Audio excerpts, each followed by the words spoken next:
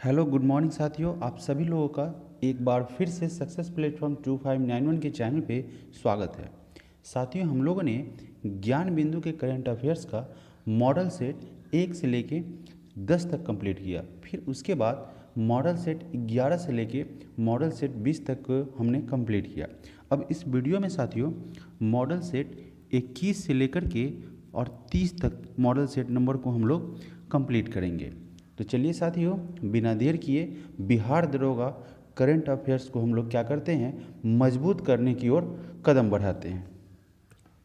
तो इस model set number 21 का पहला प्रश्न, खेलो इंडिया यूथ गेम्स 2023 में किस राज्य ने सबसे ज़्यादा मेडल जीता है। साथियों, यह जो गेम हुआ खेलो इंडिया यूथ गेम्स 2023, जिसमें महाराष्ट्र ने सबसे ज़्यादा मेडल जीते हैं।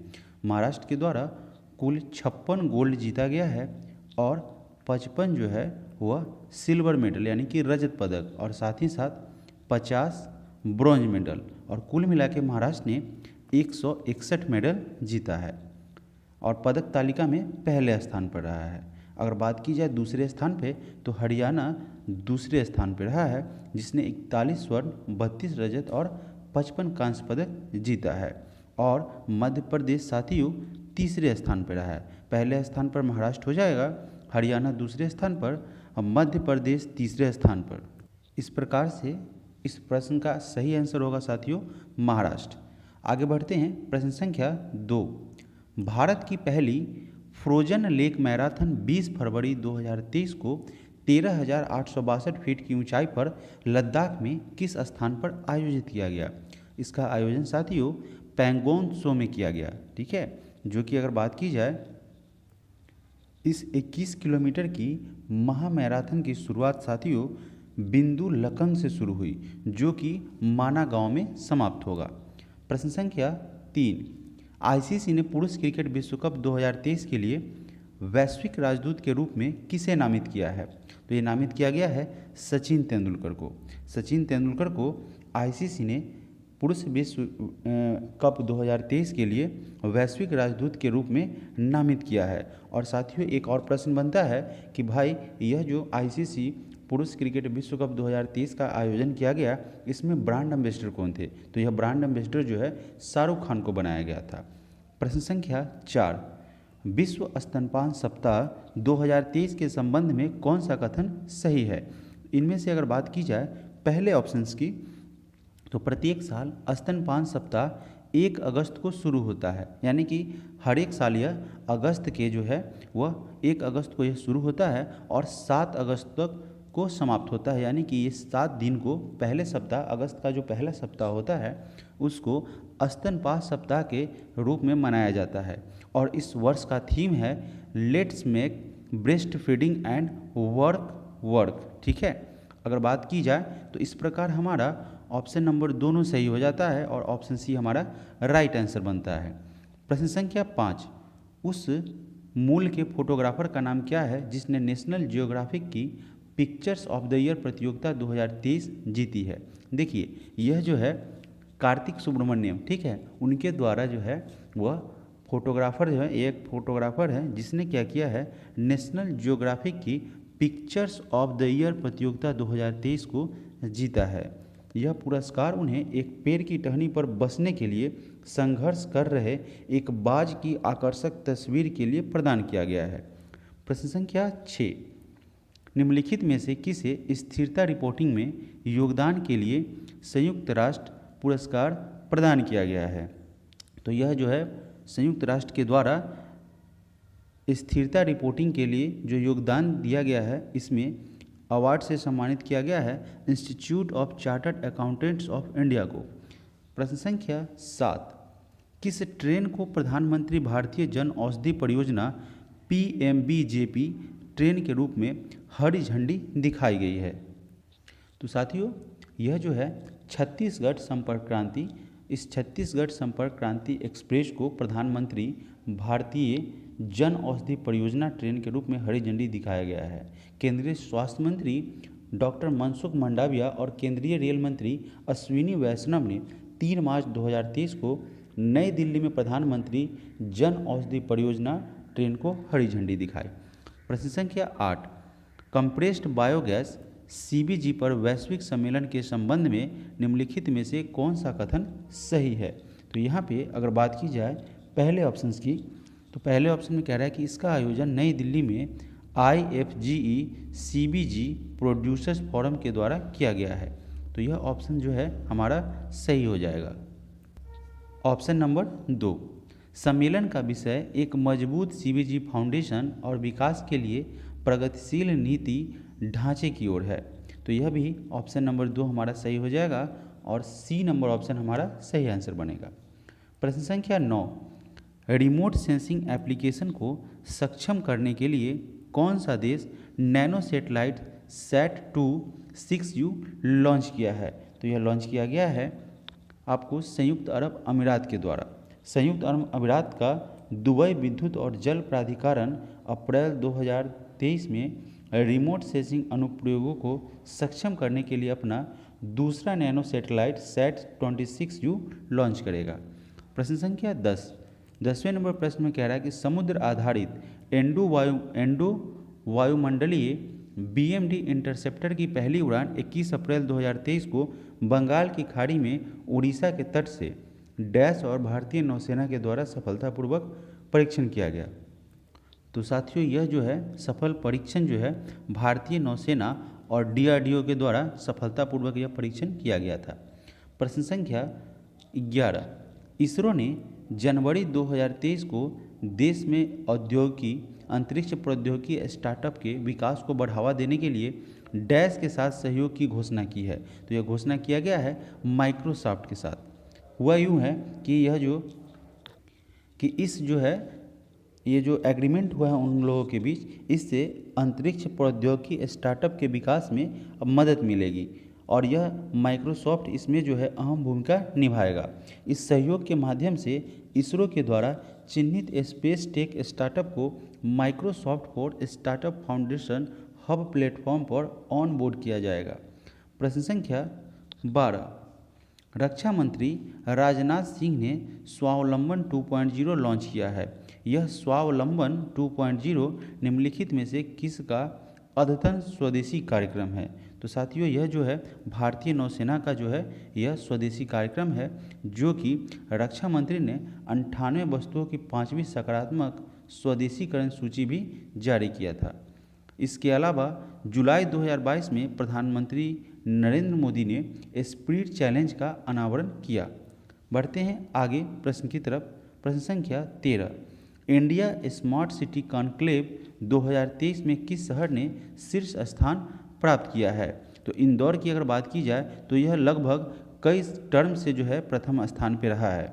इंदौर जो है वह जो है 2023 में यह इंडिया स्मार्ट सिटी कॉन्क्लेव 2023 में इंदौर शहर वर्तमान की अगर बात की जाए तो वह शीर्ष स्थान पर रहा है। गुजरात के सूरत शहर को दूसरा और आगरा को तीसरा स्थान मिला है। तो दूसरे स्थान पर सूरत हो जाएगा, इंदौर पहले स्थान पर हो जाएगा। अगर आगरा की अगर बात करें साथियों तो आगरा को तीसरा स्थान दिया गया है।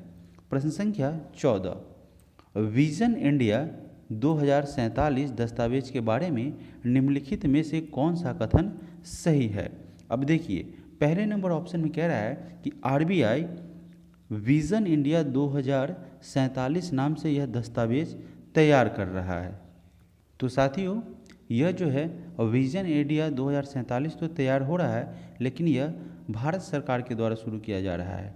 और ऑप्शन नंबर अगर 2 की बात करें, ऑप्शन नंबर 2 की अगर बात करें तो विजन डॉक्यूमेंट का मुख्य उद्देश्य मध्यम आय के जाल से बचना और देश को अगले स्तर पर ले जाना है, यानी कि आगे की ओर। तो यह 2 नंबर ऑप्शन हमारा सही हो जाएगा। प्रश्न संख्या 15, राष्ट्रीय चिकित्सा आयोग डॉक्टरों के लिए डैश लॉन्च करेगा। तो यह लॉन्च किया जाएगा एक राष्ट्र एक पंजीकरण प्लेटफॉर्म लॉन्च किया जाएगा डॉक्टरों के लिए। इसका उद्देश्य है कि जो भी नकल हो रही है, जो फर्जी हो रहा है, उसको खत्म करना और जनता को भारत में काम करने वाले किसी भी चिकित्सक के बारे में जानकारी प्राप्त करने की अनुमति देना है। प्रश्न संख्या 16,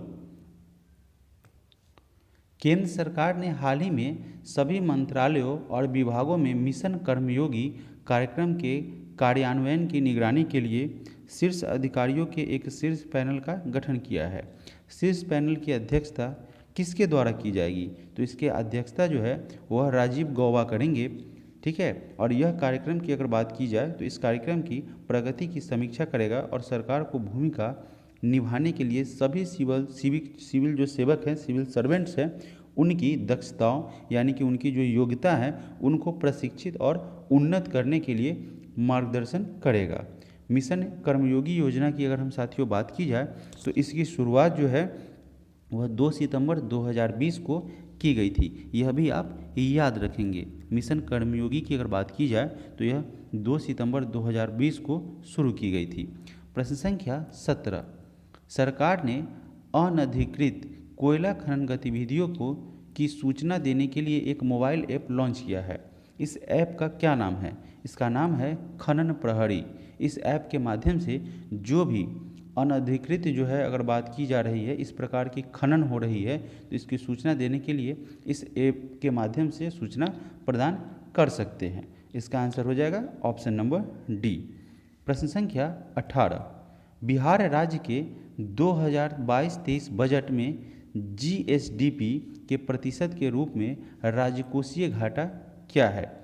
अगर साथियों हम बात की जाए इस राजकोषीय घाटे की, तो इसका सही आंसर हो जाएगा 3.47%, यानी कि ऑप्शन नंबर बी। 28 फरवरी 2023 को बिहार के वित्त मंत्री विजय कुमार चौधरी ने बिहार विधानमंडल में वित्तीय वर्ष 2023-24 के लिए 2,61,885 करोड़ रुपए का बजट पेश किया था। प्रश्न संख्या 19, मालदीव के नए राष्ट्रपति कौन बने हैं?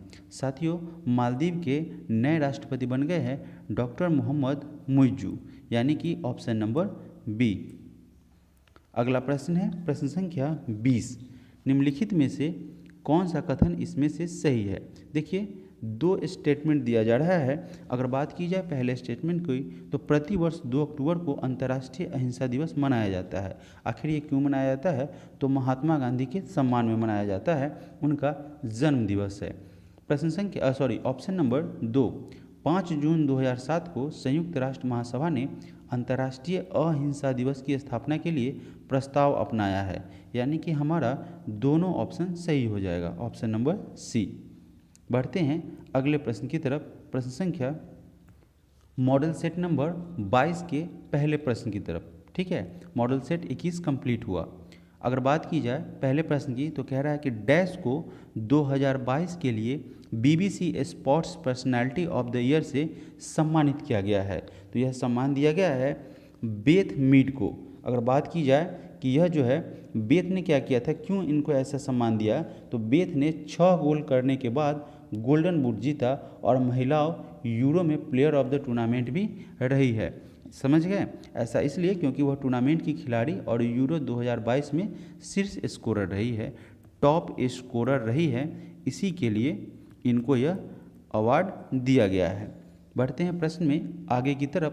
प्रश्न संख्या 2, दूसरे नंबर प्रश्न में कह रहा है कि किस देश ने मलेशिया को हराकर विश्व स्क्वॉश चैंपियनशिप जीता है?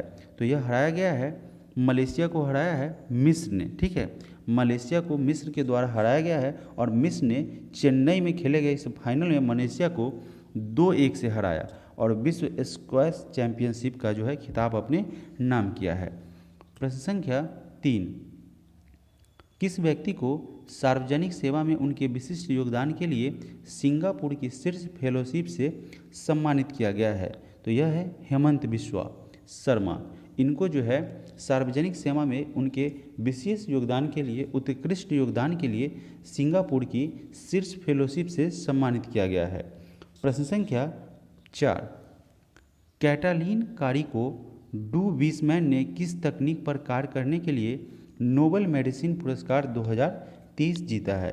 तो यह मैसेंजर टू आरएनए। ठीक है, यह मैसेंजर टू आरएनए तकनीक पर कार्य करने के लिए मेडिसिन पुरस्कार, नोबेल मेडिसिन पुरस्कार 2023 जीता गया है। यह अगर बात की जाए इसके अंतर्गत mRNA तकनीक का उपयोग अब कैंसर, इन्फ्लुएंजा और हृदय विफलता जैसी जो बीमारी है उनके उपचार विकसित करने के लिए इसका उपयोग किया जाएगा। प्रश्न संख्या 5, 6 मार्च 2023 को केंद्रीय मंत्री हरदीप सिंह पुरी के द्वारा हाइड्रोजन आधारित उन्नत ईंधन सेल इलेक्ट्रिक वाहन का शुभारंभ निम्नलिखित में से किस शहर में किया गया है? तो इसका साथियों शुरुआत किया गया है नई दिल्ली में।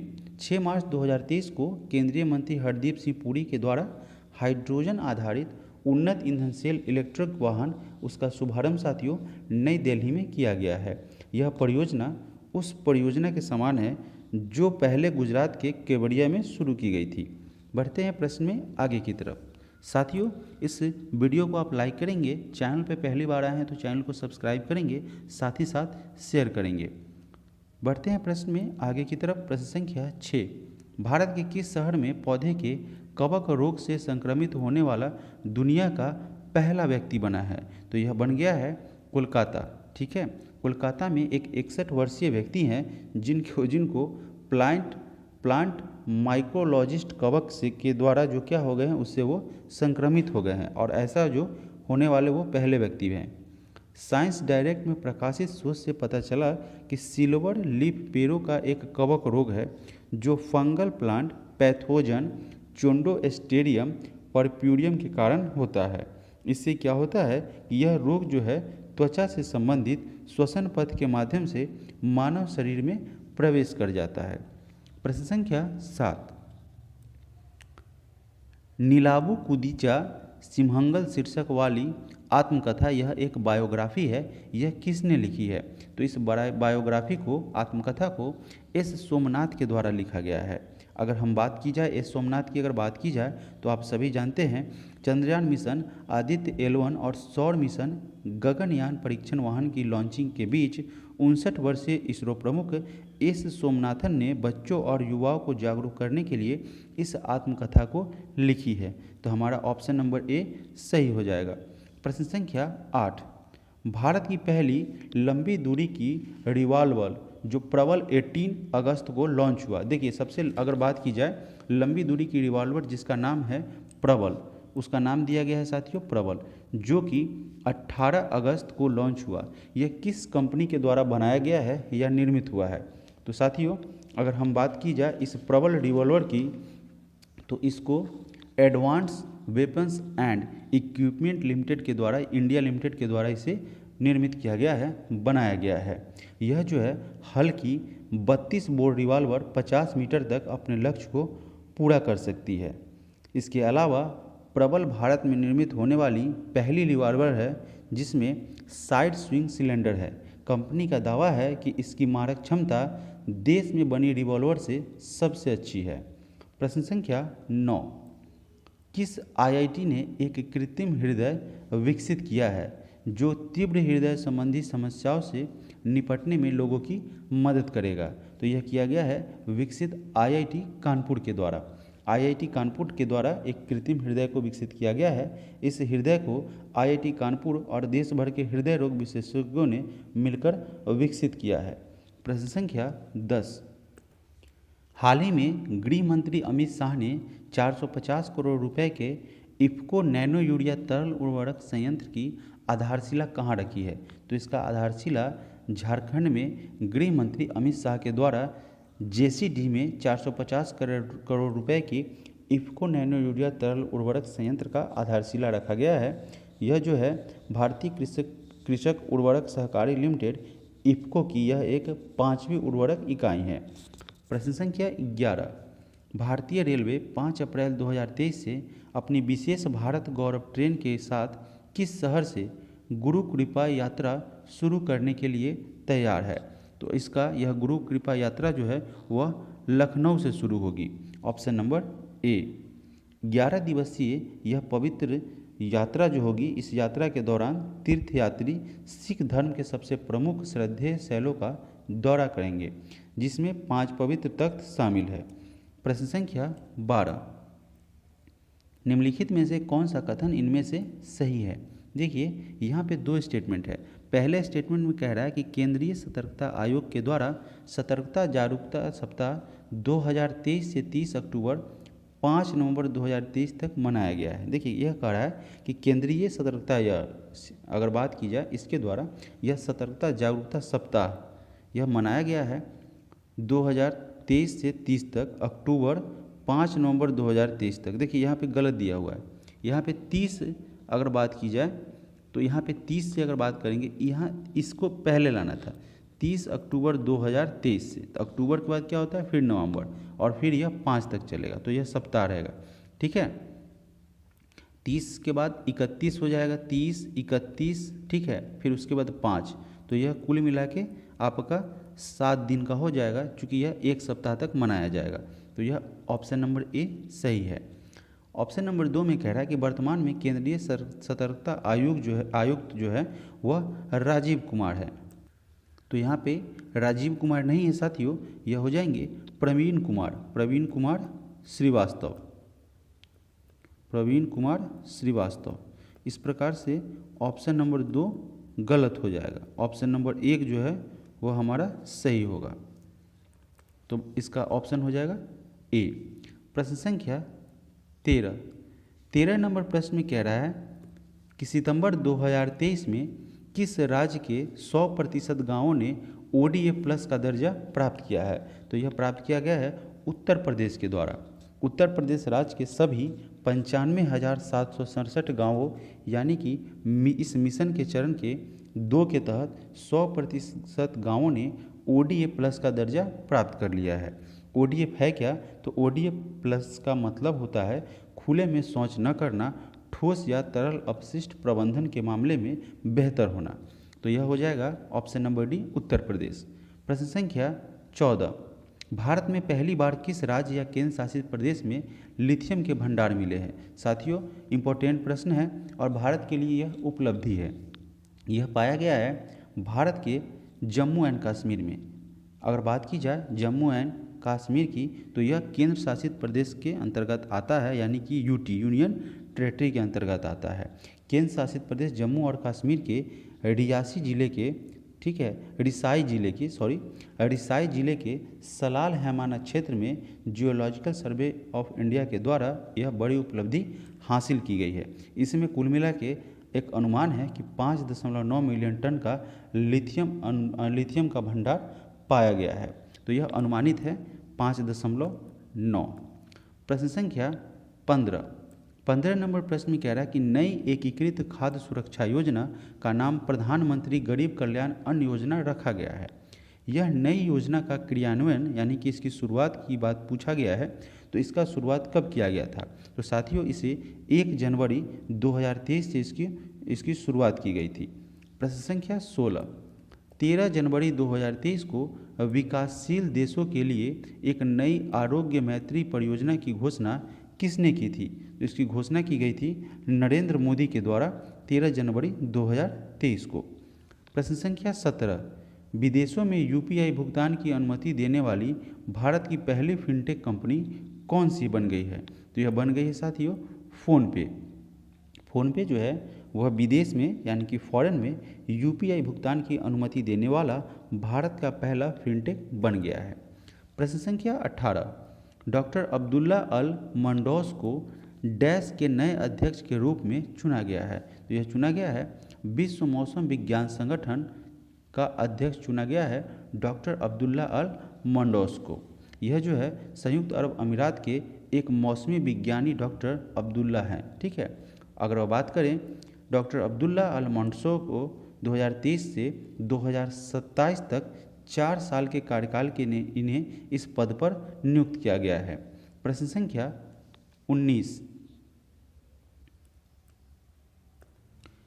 निम्नलिखित में से किसके द्वारा ग्लोबल गेटवे पहल प्रारंभ किया गया है। तो साथियों इस ग्लोबल गेटवे पहल की अगर बात की जाए तो यह यूरोपीय संघ के द्वारा इसका शुरुआत किया गया, इसका पहल किया गया है। पहल और शुरुआत में डिफरेंस होता है, तो इसका आंसर हो जाएगा ऑप्शन नंबर बी।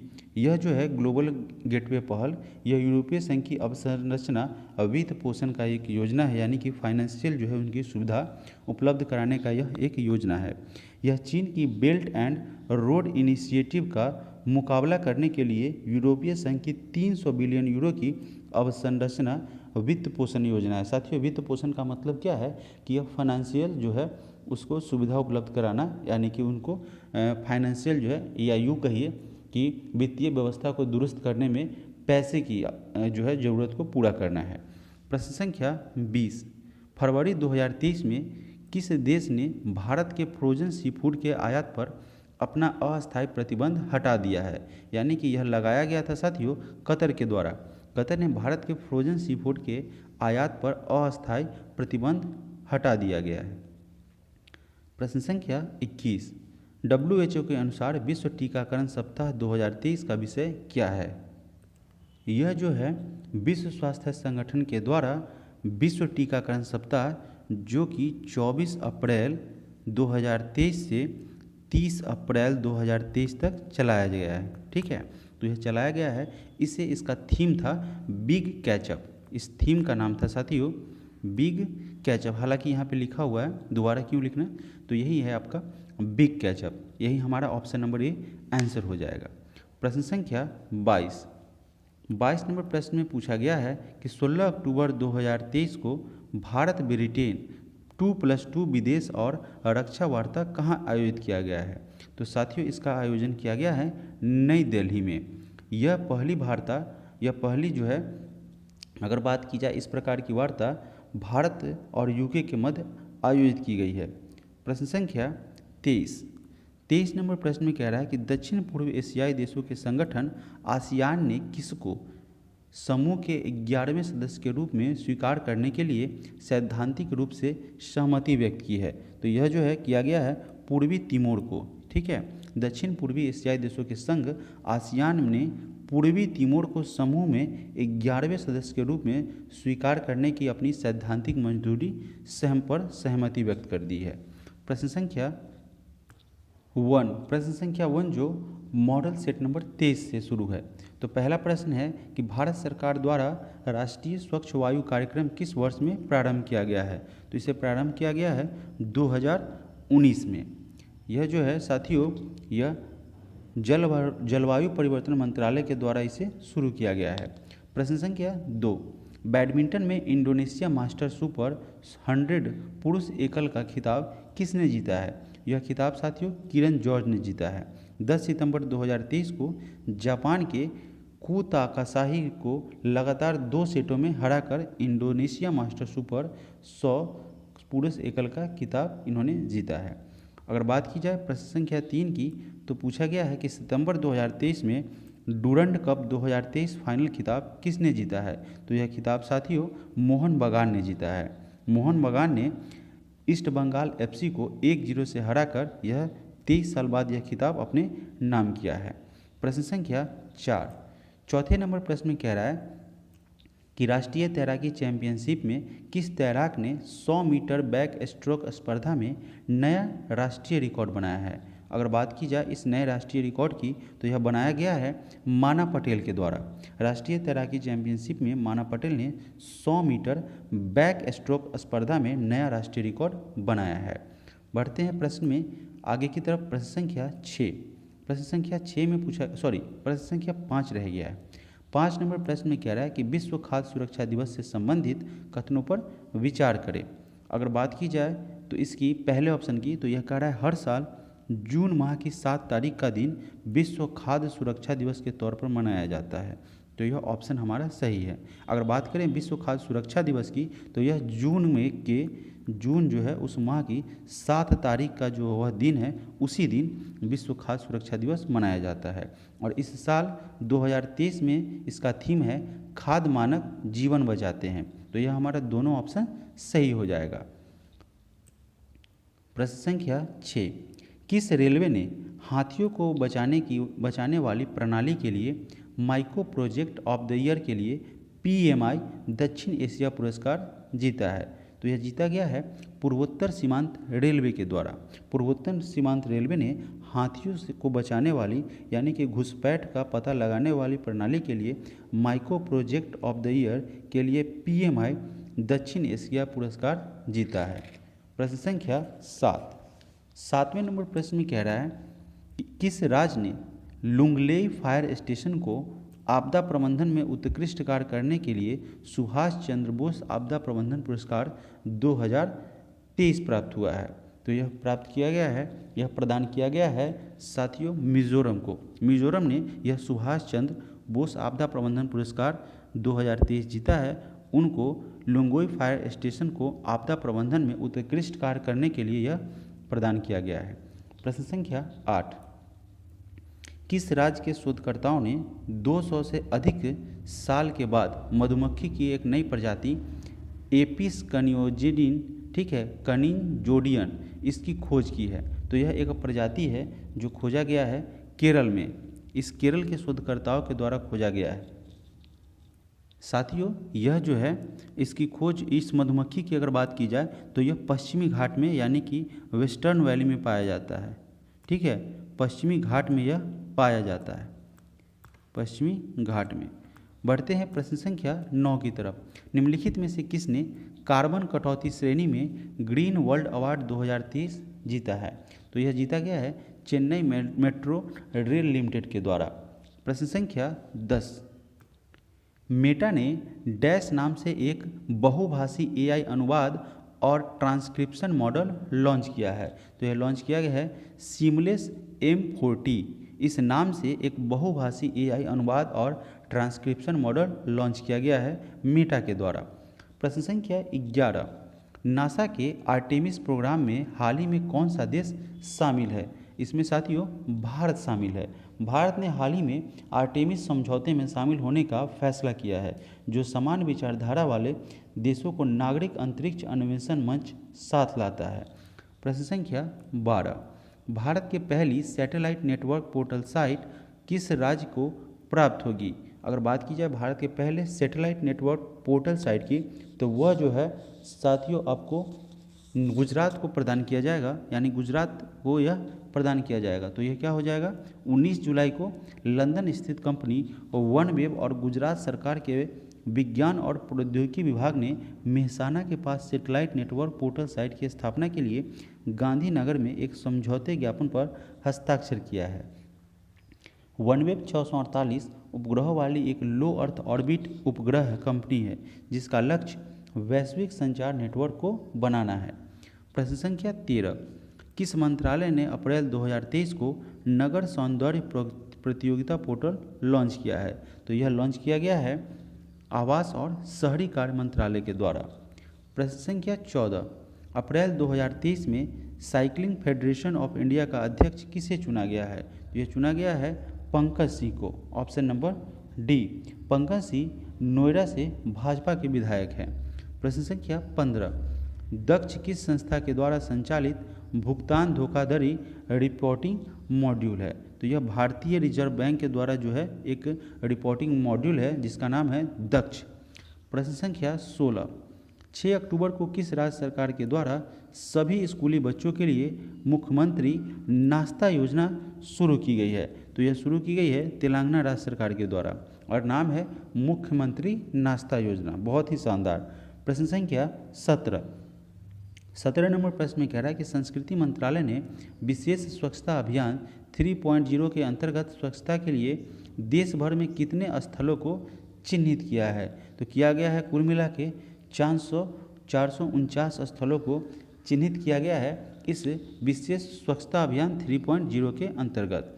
यह अभियान का पहला फेज 15 सितंबर से 30 सितंबर 2023 तक चलाया गया है। प्रश्न संख्या 18 नंबर प्रश्न में कह रहा है कि हाल ही में किस केंद्रीय मंत्री द्वारा नई दिल्ली में तीव्र कुपोषण से निपटने के लिए बच्चों में कुपोषण के प्रबंधन के लिए प्रोटोकॉल लॉन्च किया गया है?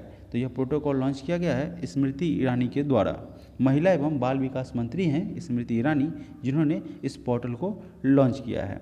यह देश में साथियों कुपोषित बच्चों की पहचान करके उनके बेहतर प्रबंधन और उन्हें पौष्टिक भोजन उपलब्ध कराने के उद्देश्य से इस कार्यक्रम की शुरुआत की गई है। प्रश्न संख्या 19, एनिमेटेड सीरीज क्रिस ट्रिस और बॉल्टी बॉय भारत हैं हम, इसका ट्रेलर किसने लॉन्च किया है? इसे लॉन्च किया गया है अनुराग ठाकुर के द्वारा। इसका निर्माण केंद्रीय संचार ब्यूरो, सूचना एवं प्रसारण मंत्रालय और ग्राफिटी स्टूडियो के द्वारा किया गया है। क्वेश्चन नंबर 20, किस रेलवे जोन ने शहीदों के नाम पर ट्रेनों के इंजनों का नामकरण किया है? तो यह किया गया है उत्तर रेलवे के द्वारा। भारतीय उत्तर रेलवे ने क्या किया है, जो भी शहीद हुए हैं भारतीय स्वतंत्रता संग्राम के दौरान या इसके अलावा जो भी स्वतंत्रता सेनानी हुए हैं उनको श्रद्धांजलि देने के उद्देश्य से अपने जो भी ट्रेन है उस ट्रेन के इंजनों का नामकरण उनके नाम पर किया है और यह किया गया है उत्तर रेलवे के द्वारा। प्रश्न संख्या 21 नंबर प्रश्न में कह रहा है कि भारत को फ्रांस से कुल कितने राफेल विमान प्राप्त हुए हैं। तो कुल मिला के साथियों 36 राफेल विमान प्राप्त हुए हैं भारत को फ्रांस से। राफेल विमानों का पहला जो जत्था है वह 29 जुलाई 2022 को पहुंचा था। 29 जुलाई 2022 को पहुंचा था। प्रश्न संख्या 22 नंबर प्रश्न में कह रहा है कि फरवरी 2023 में चतुर्भुज सुरक्षा संवाद या क्वाड ने अपने देशों में साइबर सुरक्षा के लिए एक सार्वजनिक अभियान क्वाड साइबर चैलेंज शुरू किया। कौन सा देश क्वाड का सदस्य है।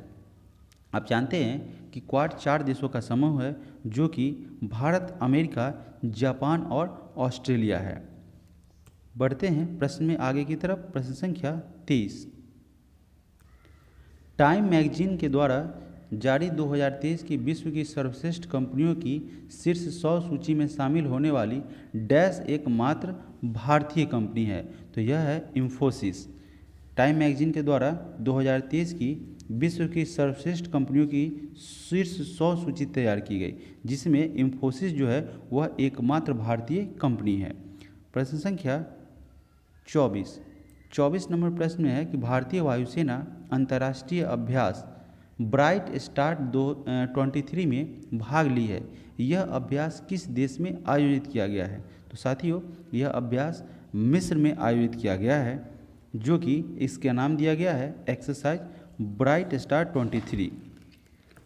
इस ब्राइट स्टार 23 सैन्य अभ्यास में कुल मिला के 34 देशों ने इसमें हिस्सा लिया है। प्रश्न संख्या 25 गृह मंत्रालय 13 जुलाई को किस शहर में अपराध और सुरक्षा पर G20 सम्मेलन आयोजित करेगा। गृह मंत्रालय के द्वारा 13 जुलाई को गुरुग्राम में साथियों अपराध और सुरक्षा पर G20 सम्मेलन का आयोजन किया जाएगा। मॉडल सेट 24 का पहला प्रश्न, निम्नलिखित में से किस वर्ष 2022 के world athlete of the year के रूप में चुना गया है। तो किसे चुना गया है 2022 के world athlete of the year के रूप में। तो यह चुना गया है सिडनी मैकलॉगलिन को। यह जो है साथियों स्वीडन के आमर डुप्लांसिस पुरुष वर्ग को world athlete of the year 2022 के रूप में चुना गया है, जो कि क्या है अमेरिका के है। तो यहाँ आंसर हो जाएगा ऑप्शन नंबर डी। प्रश्न संख्या 2 शास्त्र रामानुजन पुरस्कार 2023 से किसे सम्मानित किया गया है। तो यह पुरस्कार दिया गया है रुई कियांग झांग को। रुई कियांग झांग जो है उसे अमेरिका के बर्कले स्थित कैलिफोर्निया विश्वविद्यालय में सहायक प्रोफेसर गणितज्ञ के रूप में यह कार्य कर रही हैं। इनको यह प्रतिष्ठित 2023 शास्त्र रामानुजन पुरस्कार से सम्मानित किया गया है। यह पुरस्कार साथियों गणित के क्षेत्र में उनके विशेष योगदान, उल्लेखनीय योगदान के लिए यह दिया गया है।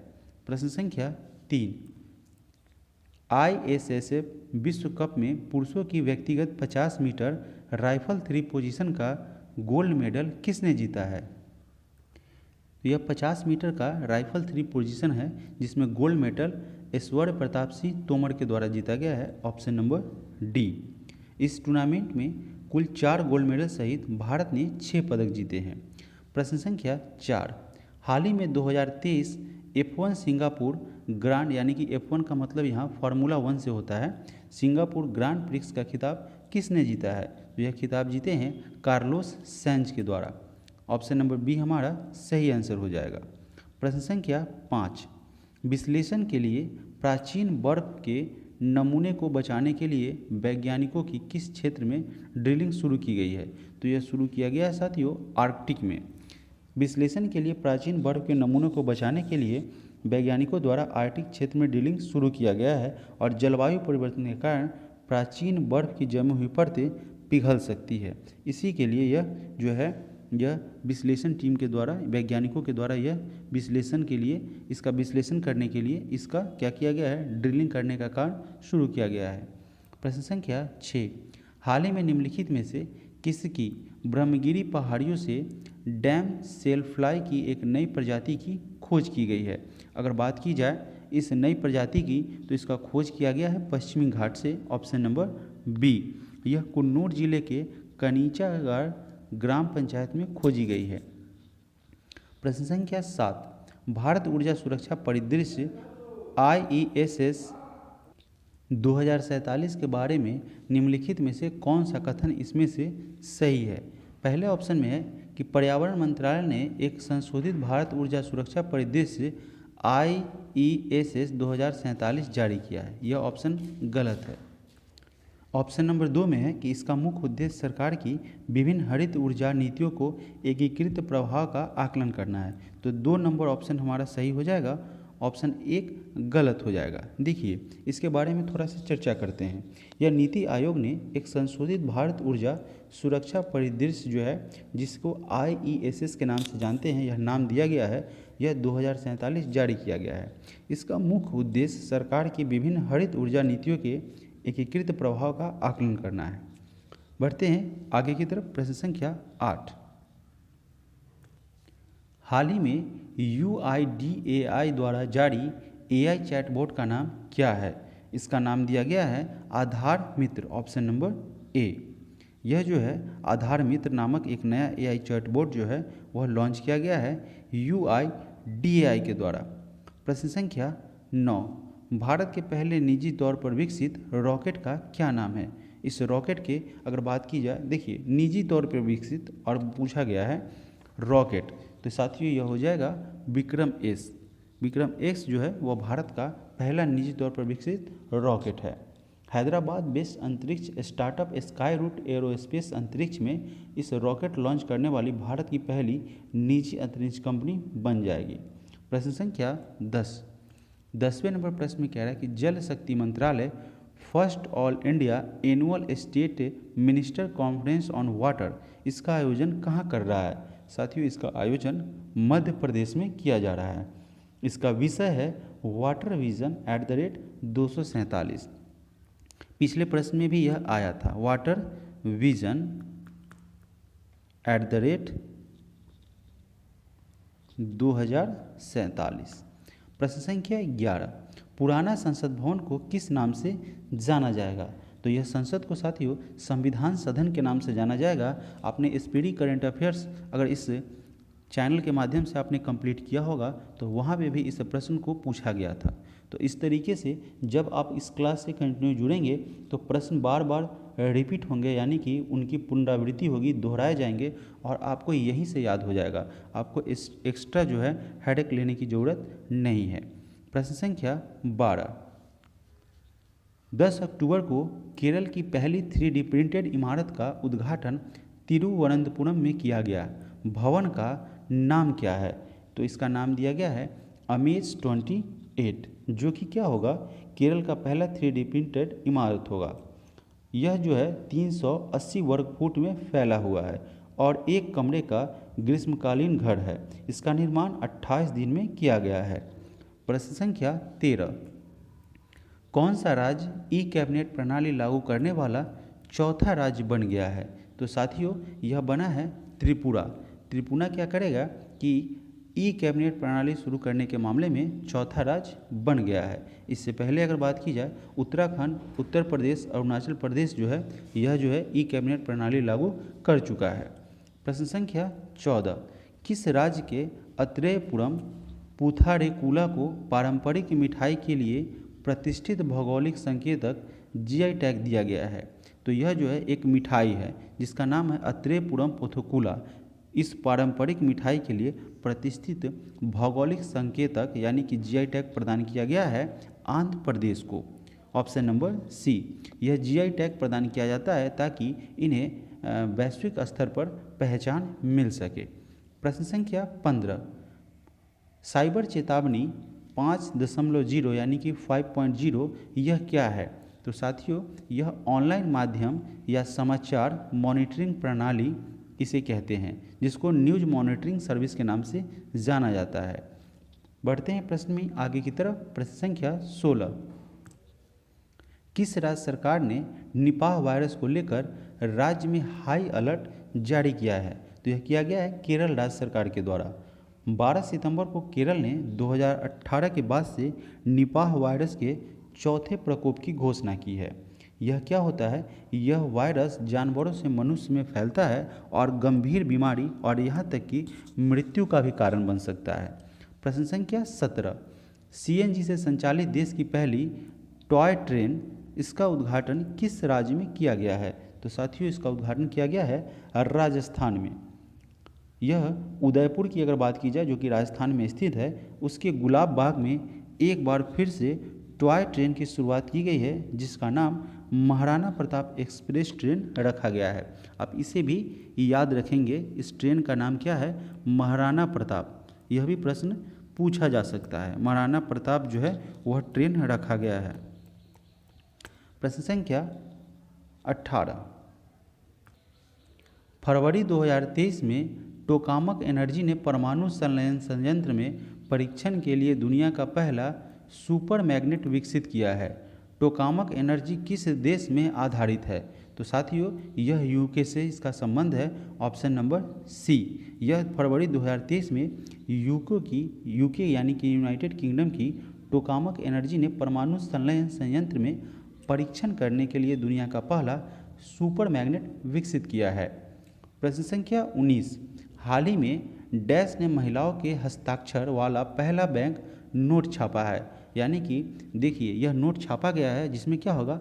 महिलाओं के हस्ताक्षर होगा, और उस वाला पहला बैंक नोट छापा गया है। तो यह छापा गया है अमेरिका के द्वारा। ठीक है, अमेरिका के द्वारा यह नोट छापा गया है। अमेरिका की 2 महिलाओं का साइन है, यानी कि इस पर सिग्नेचर किया हुआ है। अमेरिका की करेंसी डॉलर पर छपी यह अमेरिकी इतिहास में पहली बार नोट है। यह दोनों महिलाओं में एक अमेरिका की वित्त मंत्री जेनेट येलेन है और दूसरी कोषाध्यक्ष मैरिलिन मलडेवा है। प्रश्न संख्या पहला, जो कि सेट नंबर 25 से लिया गया है। एशियाई शूटिंग चैंपियनशिप 2023 में पुरुषों की 50 मीटर राइफल 3P इवेंट में किसने स्वर्ण पदक जीता है? तो साथियों, अगर बात की जाए एशियाई शूटिंग चैंपियनशिप 2023 की, तो इसमें पुरुष वर्ग में ऐश्वर्य प्रताप सिंह तोमर ने, हालांकि यह पिछले प्रश्न में भी आया था, पिछले सेट में भी आया था, मॉडल सेट में।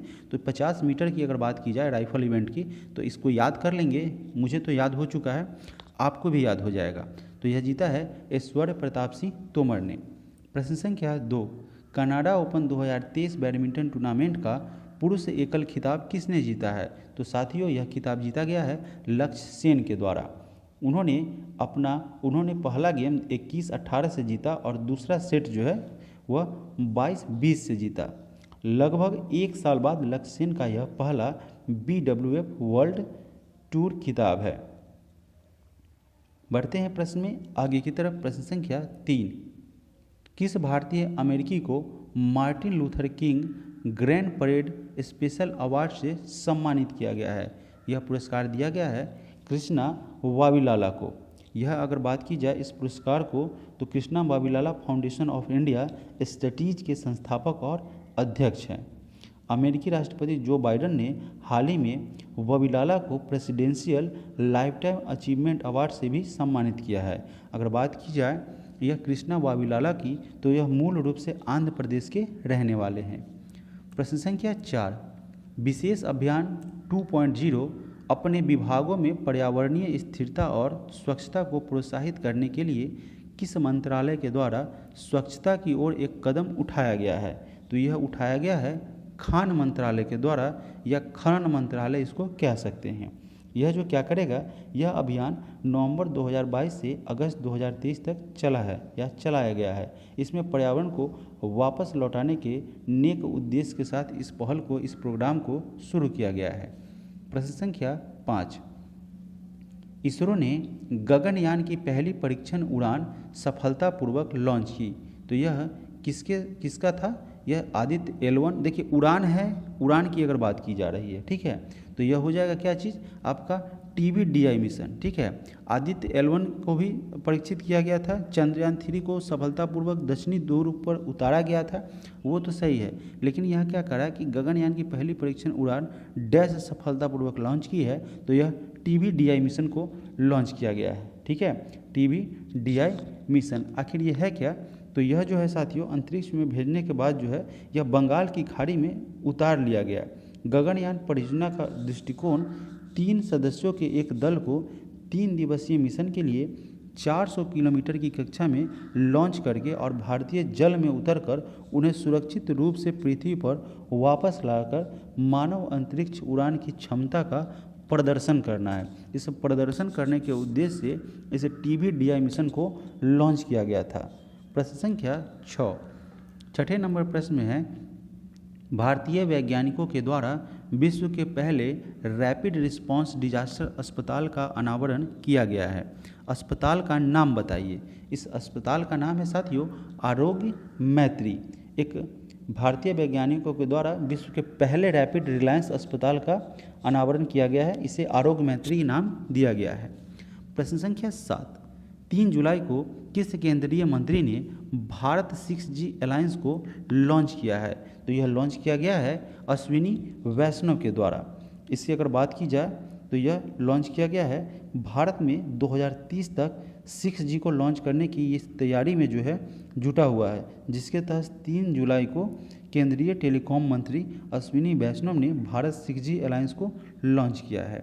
प्रश्न संख्या 8, डैश ने पूर्व सैनिकों और शहीदों के परिजनों के कल्याण के लिए प्रोजेक्ट नमन लॉन्च किया है। तो यह प्रोजेक्ट नमन भारतीय सेना के जो शहीद हुए हैं उनके सम्मान के लिए, उनके परिवार के कल्याण के लिए यह जो है प्रोजेक्ट नमन को लॉन्च किया गया है।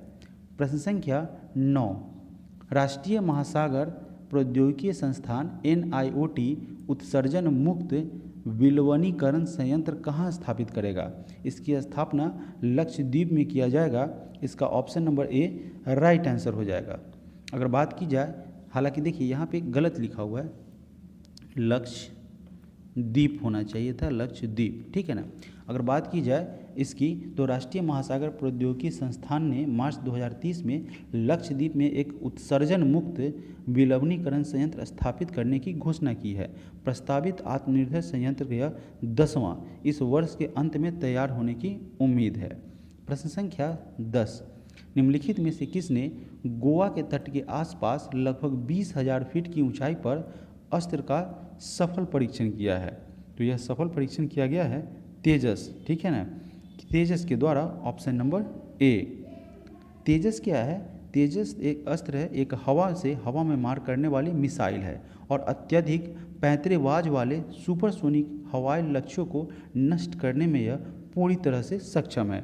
मिसाइल को करीब 20,000 फीट की ऊंचाई पर विमान से दागा गया। प्रश्न संख्या 11, DRDO को पुनर्जीवित करने के लिए नियुक्त 9 सदस्यीय समिति का प्रमुख कौन है? तो यह प्रमुख हो जाएंगे के विजयन राघवन। यह 9 सदस्यीय समिति है, उसमें क्या बने हैं? इसके प्रमुख बने हैं। प्रश्न संख्या 12 नंबर प्रश्न में कह रहा है कि किस केंद्रीय मंत्री ने मौसम सूचना नेटवर्क डेटा सिस्टम मैनुअल के साथ किसान ऋण पोर्टल लॉन्च किया है? तो इसे लॉन्च किया गया है वित्त मंत्री निर्मला सीतारमण के द्वारा। यह अभियान साथियों 1 अक्टूबर 2023 से शुरू किया गया था। प्रश्न संख्या 13, डैश एशिया प्रशांत के लिए मनी लॉन्ड्रिंग समूह में पर्यवेक्षक का दर्जा पाने वाला पहला अरब देश बन गया है? तो यह संयुक्त अरब अमीरात की अगर बात की जाए तो यह एशिया प्रशांत के लिए मनी लॉन्ड्रिंग समूह में पर्यवेक्षक का दर्जा पाने वाला पहला देश बन गया है। प्रश्न संख्या 14, Bharat global crisis response group GCRG के चैंपियंस ग्रुप में शामिल हुआ। GCRG का गठन कब हुआ है? साथियों यह Bharat global crisis response group जो है उसके ग्रुप में GRCG का गठन की अगर बात की जाए तो इसका गठन किया गया था मार्च 2022 में। विवेक मंत्रालय प्रश्न संख्या 15, जातिगत भेदभाव पर रोक लगाने वाला पहला अमेरिकी शहर कौन बन गया है? तो यह बना है सिएटल। हालांकि यह प्रश्न कई बार पूछा जा चुका है तो इसे याद रखेंगे। इसने क्या किया है, जो कि अमेरिका का शहर है सिएटल, उसने जातिगत भेदभाव पर रोक लगाने वाला यह बना है अमेरिका का पहला शहर। प्रश्न संख्या 16, किस अमेरिकी राज्य ने दिवाली को आधिकारिक राजकीय अवकाश के रूप में मान्यता दी है? तो यह दिया गया है अमेरिकी राज्य है पेनिसिल्वेनिया। इसने क्या किया है, दिवाली को आधिकारिक राजकीय अवकाश दिया है, यानी कि इस दिन पे, दिवाली के दिन पर यहाँ पे जो है वह छुट्टी रहेगी, सरकारी छुट्टी रहेगी। प्रश्न संख्या 17 नंबर प्रश्न में कह रहा है कि कौन सा राज्य पोषण जागरूकता सूचकांक 2023 में शीर्ष राज्य के रूप में उभरा है, यानी कि पोषण के मामले में यह शीर्ष राज्य बना है। अगर बात की जाए पंजाब की साथियों, तो यह जो है पोषण जागरूकता सूचकांक में 2023 में शीर्ष स्थान के रूप में उभरा है। इसका स्कोर जो है सबसे अधिक रहा है। प्रोटीन का अधिकतर अभियान ने, ये प्रोटीन का अधिकार एक अभियान है, उसने पोषण जागरूकता सूचकांक 2023 जारी किया, जो अंतिम उपभोक्ताओं द्वारा भारत में जागरूक, समर्थ और पोषण की पहुंच का आकलन करता है और राज्यवार सूचकांक प्रदान करता है। बढ़ते हैं, अब शुरुआत करते हैं मॉडल सेट नंबर 26 की। विश्वकर्मा योजना के पहले चरण में कितने रुपए तक का ऋण प्रदान किए जाने का प्रावधान किया गया है? तो कुल मिला के साथियों 1 लाख रुपए तक का यह प्रदान किया गया है। सही है, 1 लाख तक का जो ऋण है उसको प्रदान करने का इस विश्वकर्मा योजना के तहत जो है यह लक्ष्य रखा गया है। तो ऑप्शन नंबर ए हमारा सही आंसर हो जाएगा।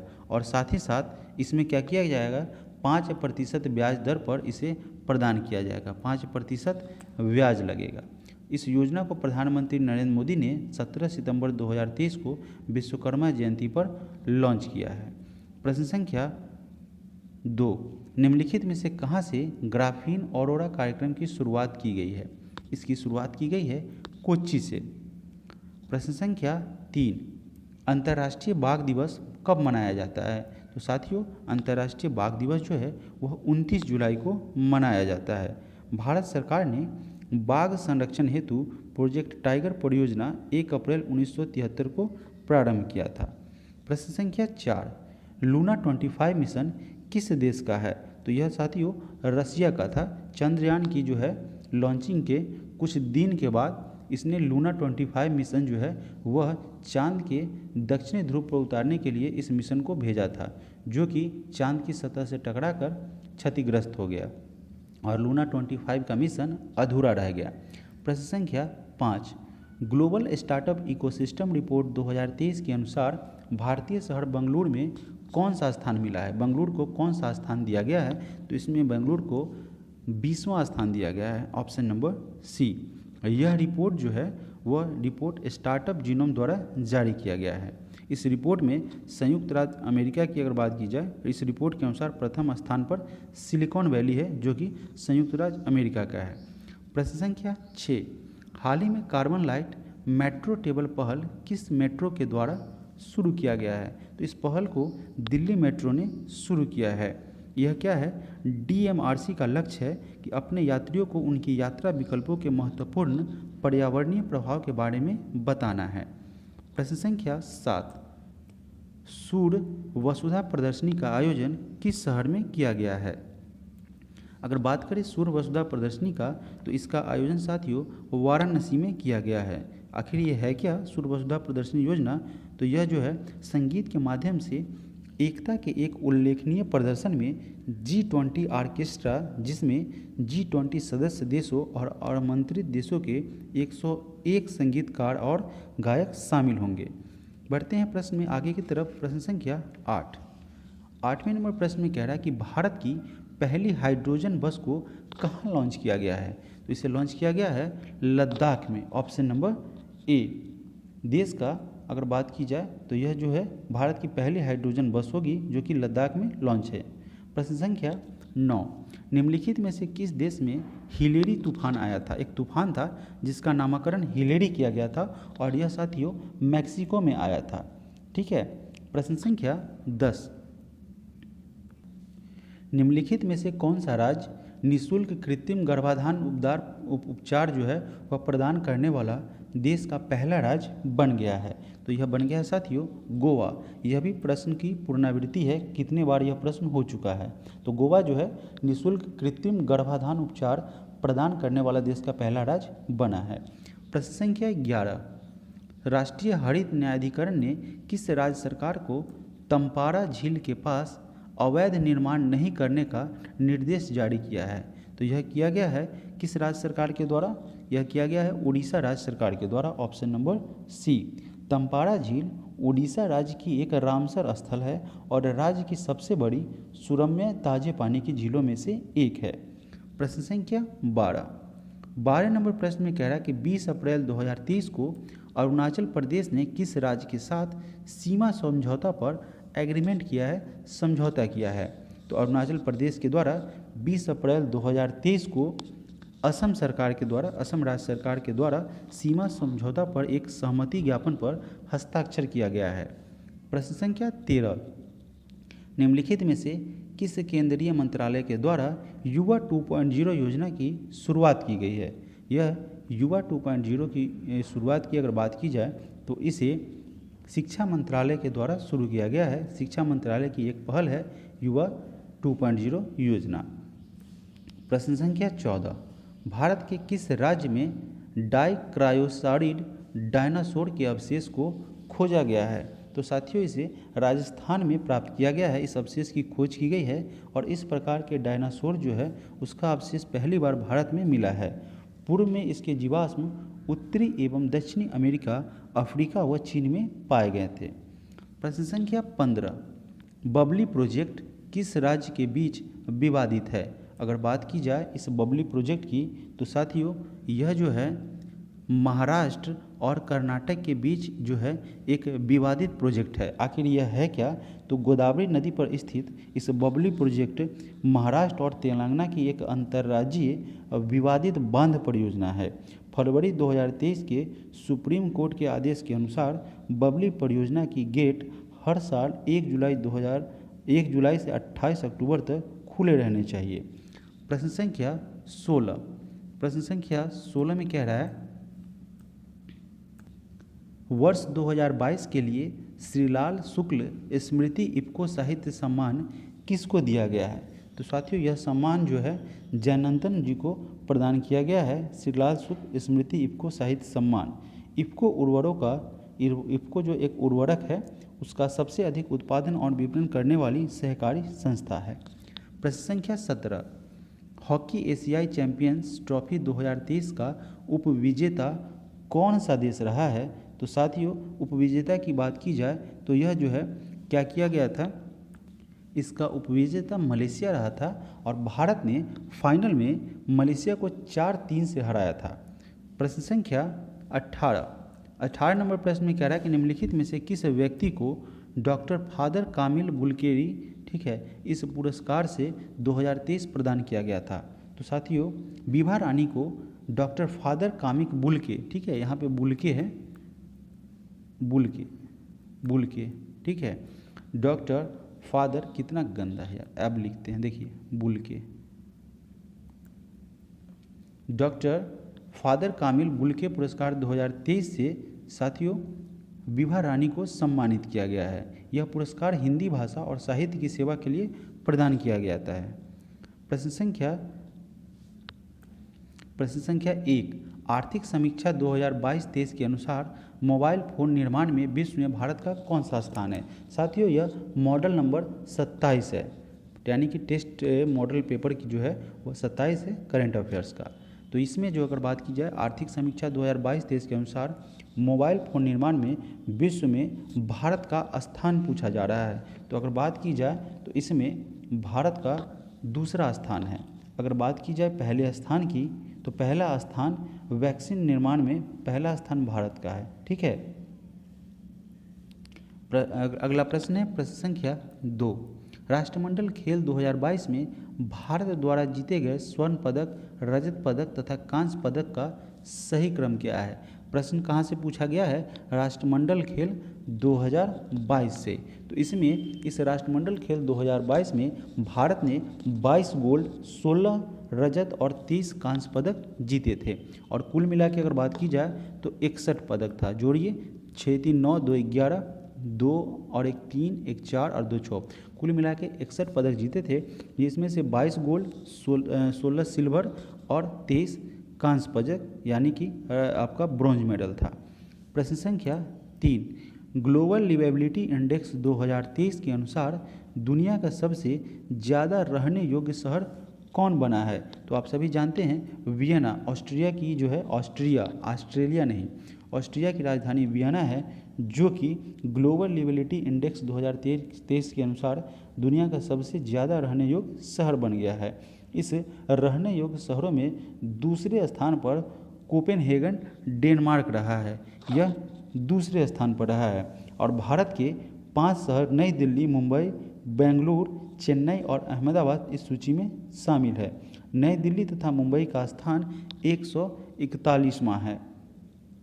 प्रश्न संख्या 4, चौथे नंबर प्रश्न में कह रहा है कि चालू फसल वर्ष 2023 से 24 में देश में खाद्यान्न उत्पादन का लक्ष्य कितना रखा गया है।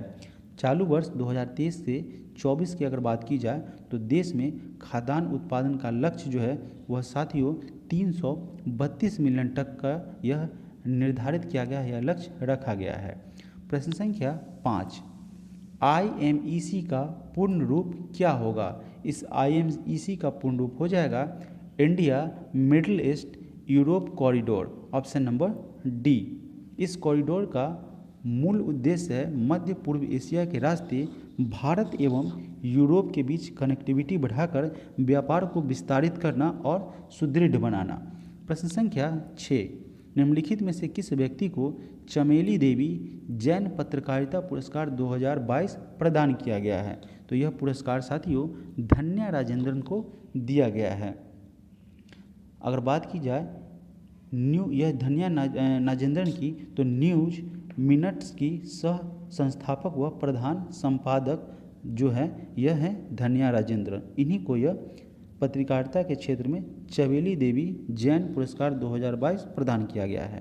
प्रश्न संख्या 7, वर्ष 2023 की 59वीं फेमिना मिस इंडिया की विजेता कौन बनी है। तो आप जानते हैं Nandini Gupta, option number B.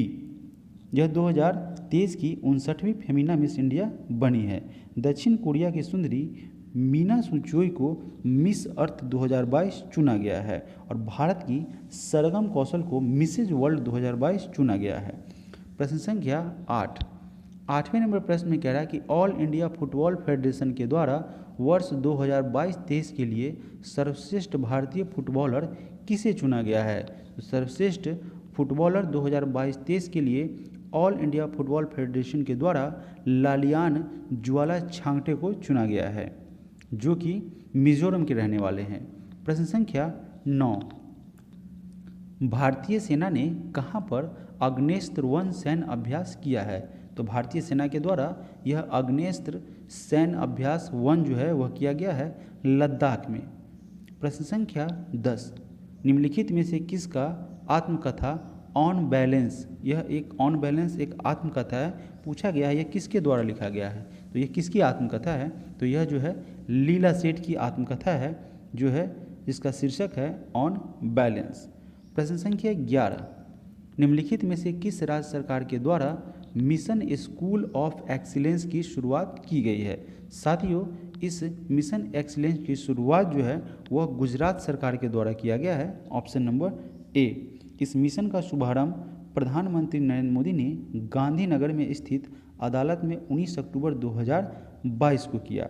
इसका उद्देश्य क्या है। तो इस मिशन का उद्देश्य है कि गुजरात में स्मार्ट कक्षाओं व कंप्यूटर प्रयोगशाला की स्थापना तथा राज्य में स्कूल की बुनियादी ढांचों के माध्यम में शिक्षा व्यवस्था को मजबूत करना है। प्रश्न संख्या 12, निम्नलिखित में से किस तिथि को राष्ट्रीय हथकरघा दिवस के रूप में मनाया जाता है। अगर बात की जाए राष्ट्रीय हथकरघा दिवस की तो इसे 7 अगस्त को प्रत्येक वर्ष मनाया जाता है।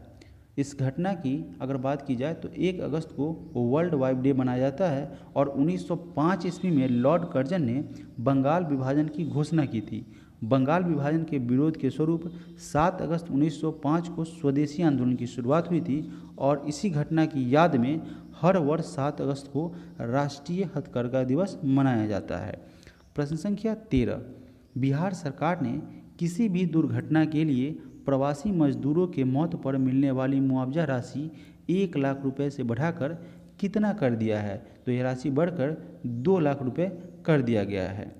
प्रश्न संख्या 14, G20 के 21वें सदस्य के रूप में किस संघ संगठन को मान्यता मिला है। तो यह मान्यता दिया गया है। अगर बात की जाए तो अफ्रीकन यूनियन को यह मान्यता प्राप्त दिया गया है। तो यहाँ पे ऑप्शन ही नहीं है, अफ्रीकन यूनियन को यह मान्यता दिया गया है G20 के 21वें सदस्य के रूप में, जो कि हमारा ऑप्शन में कहीं दिखाई नहीं दे रहा है। तो यह हो जाएगा ऑप्शन नंबर डी।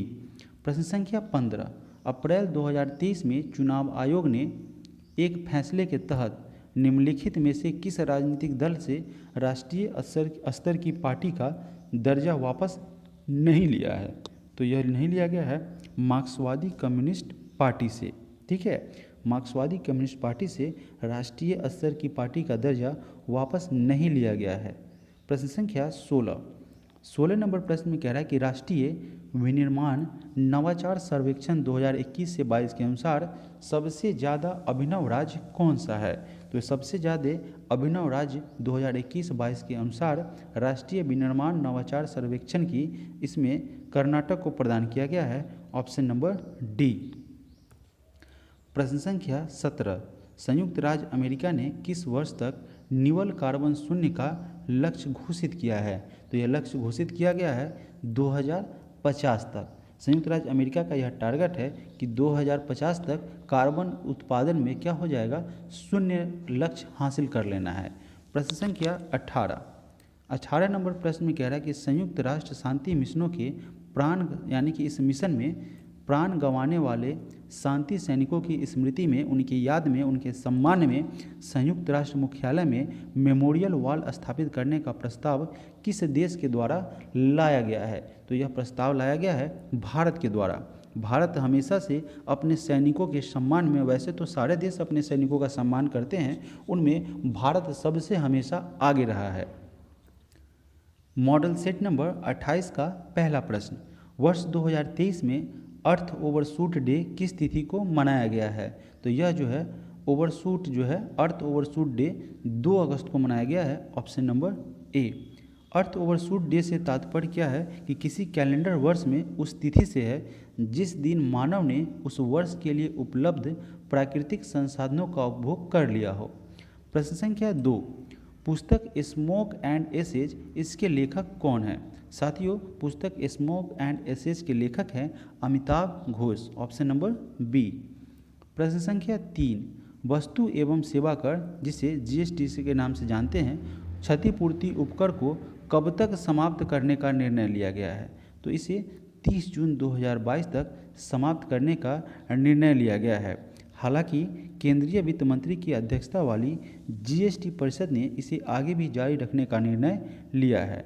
प्रश्न संख्या 4, भारत में वन के बाहर वृक्ष पहल को किसने आरंभ किया है? तो इस पहल को आरंभ किया गया है पर्यावरण, वन और जलवायु परिवर्तन मंत्रालय और साथ ही साथ US agency for international development, इन दोनों के द्वारा, यानी कि option number C correct answer हो जाएगा। प्रश्न संख्या 5, 27 से 29 अक्टूबर 2023 तक श्री अन्न महोत्सव का आयोजन कहाँ किया गया है? तो साथियों, इस श्री अन्न महोत्सव का आयोजन जो कि 27 से 29 अक्टूबर तक चलेगा, इसका आयोजन लखनऊ में किया गया है। प्रश्न संख्या 6, छठे नंबर प्रश्न में कह रहा है कि निम्नलिखित में से कौन सा देश मोसी 2 नौसैनिक संयुक्त सैन्य अभ्यास में शामिल नहीं हुआ है? तो इसमें अगर बात की जाए तो भारत इस नौसैनिक संयुक्त सैन्य अभ्यास में शामिल नहीं हुआ है। इस नौसैनिक सैन्य अभ्यास में मोसी 2 संयुक्त नौसैनिक सैन्य अभ्यास है। इसमें साथियों दक्षिण अफ्रीका, चीन और रूस जो है इसके बीच इसका आयोजन किया गया है, इस सैन्य अभ्यास का, जिसका नाम है मोसी 2 नौसैनिक संयुक्त सैन्य अभ्यास।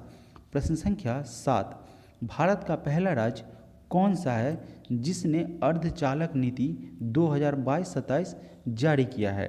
तो यह जारी किया गया है गुजरात के द्वारा। गुजरात भारत का पहला राज्य है जिसने अपनी अर्धचालक नीति 2022 से 27 जारी की है। प्रश्न संख्या 8, 8वें नंबर प्रश्न में कह रहा है कि भारतीय खिलाड़ियों ने टोक्यो ओलंपिक 2020 32वें ग्रीष्मकालीन ओलंपिक में कितने कांस्य पदक जीते हैं, यानी कि कितने ब्रोंज मेडल जीते हैं साथियों? तो इसमें कुल मिला के 4 ब्रॉन्ज मेडल जीता गया है भारतीय खिलाड़ियों के द्वारा टोक्यो ओलंपिक 2020, जो कि 32वां ग्रीष्मकालीन ओलंपिक था। अगला प्रश्न है प्रश्न संख्या 9। निम्नलिखित में से कौन 8वां रायसीना संवाद का मुख्य अतिथि था? तो इस 8वें रायसीना संवाद के मुख्य अतिथि के तौर पर जॉर्जिया मेलोनी को निमंत्रित किया गया था, ठीक है, जो कि इटली की प्रधानमंत्री थी। प्रश्न संख्या 10। 10वें नंबर प्रश्न में कह रहा है कि एशिया यूनिवर्सिटी रैंकिंग 2023 में प्रथम स्थान किस यूनिवर्सिटी को मिला था? तो यह जो है इसमें एशिया यूनिवर्सिटी रैंकिंग 2023 में प्रथम स्थान सिंघुआ यूनिवर्सिटी को दिया गया था। अगर बात की जाए इस यूनिवर्सिटी की साथियों, तो यह जो है चीन की है ना, यह चीन की यूनिवर्सिटी है सिंघुआ यूनिवर्सिटी। यह रिपोर्ट टाइम्स हायर एजुकेशन के द्वारा जारी किया गया था और भारतीय संस्थानों में IISc बेंगलुरु को 48वां स्थान प्राप्त हुआ है। प्रश्न संख्या 11। प्रश्न संख्या 11 की अगर बात की जाए तो पूछा गया है कि निम्नलिखित में से किस कंपनी को 13वें नवरत्न कंपनी का दर्जा दिया गया है? तो यह 13वां नवरत्न कंपनी का दर्जा मिला है रेल विकास निगम लिमिटेड RVNL को। इसे क्या किया गया है? 13वें नवरत्न के रूप में मान्यता मिली है, दर्जा दिया गया है। प्रश्न संख्या 12।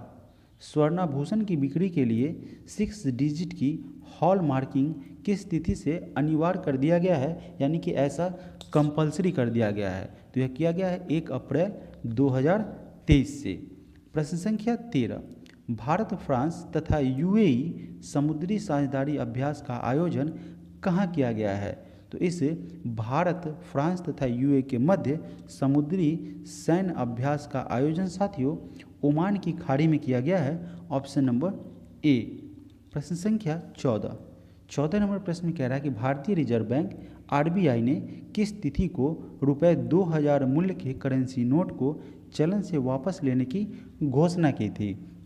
तो यह घोषणा किया गया था 19 मई 2023 को।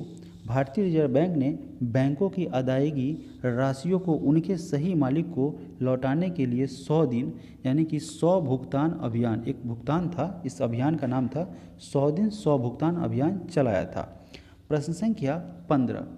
C295 विमानों का देश में निर्माण करने के लिए किस राज्य में टाटा एयरबस परियोजना का शिलान्यास प्रधानमंत्री नरेंद्र मोदी के द्वारा किया गया है? तो साथियों इसका शिलान्यास गुजरात में किया गया है, जो कि क्या होगा C295 विमानों का देश में निर्माण करवाया जाएगा। इसका निर्माण गुजरात राज्य में करवाया जाएगा और यह टाटा एयरबस परियोजना होगी। प्रश्न संख्या 16। भारतीय भूवैज्ञानिक सर्वेक्षण का निदेशक किसे नियुक्त किया गया है?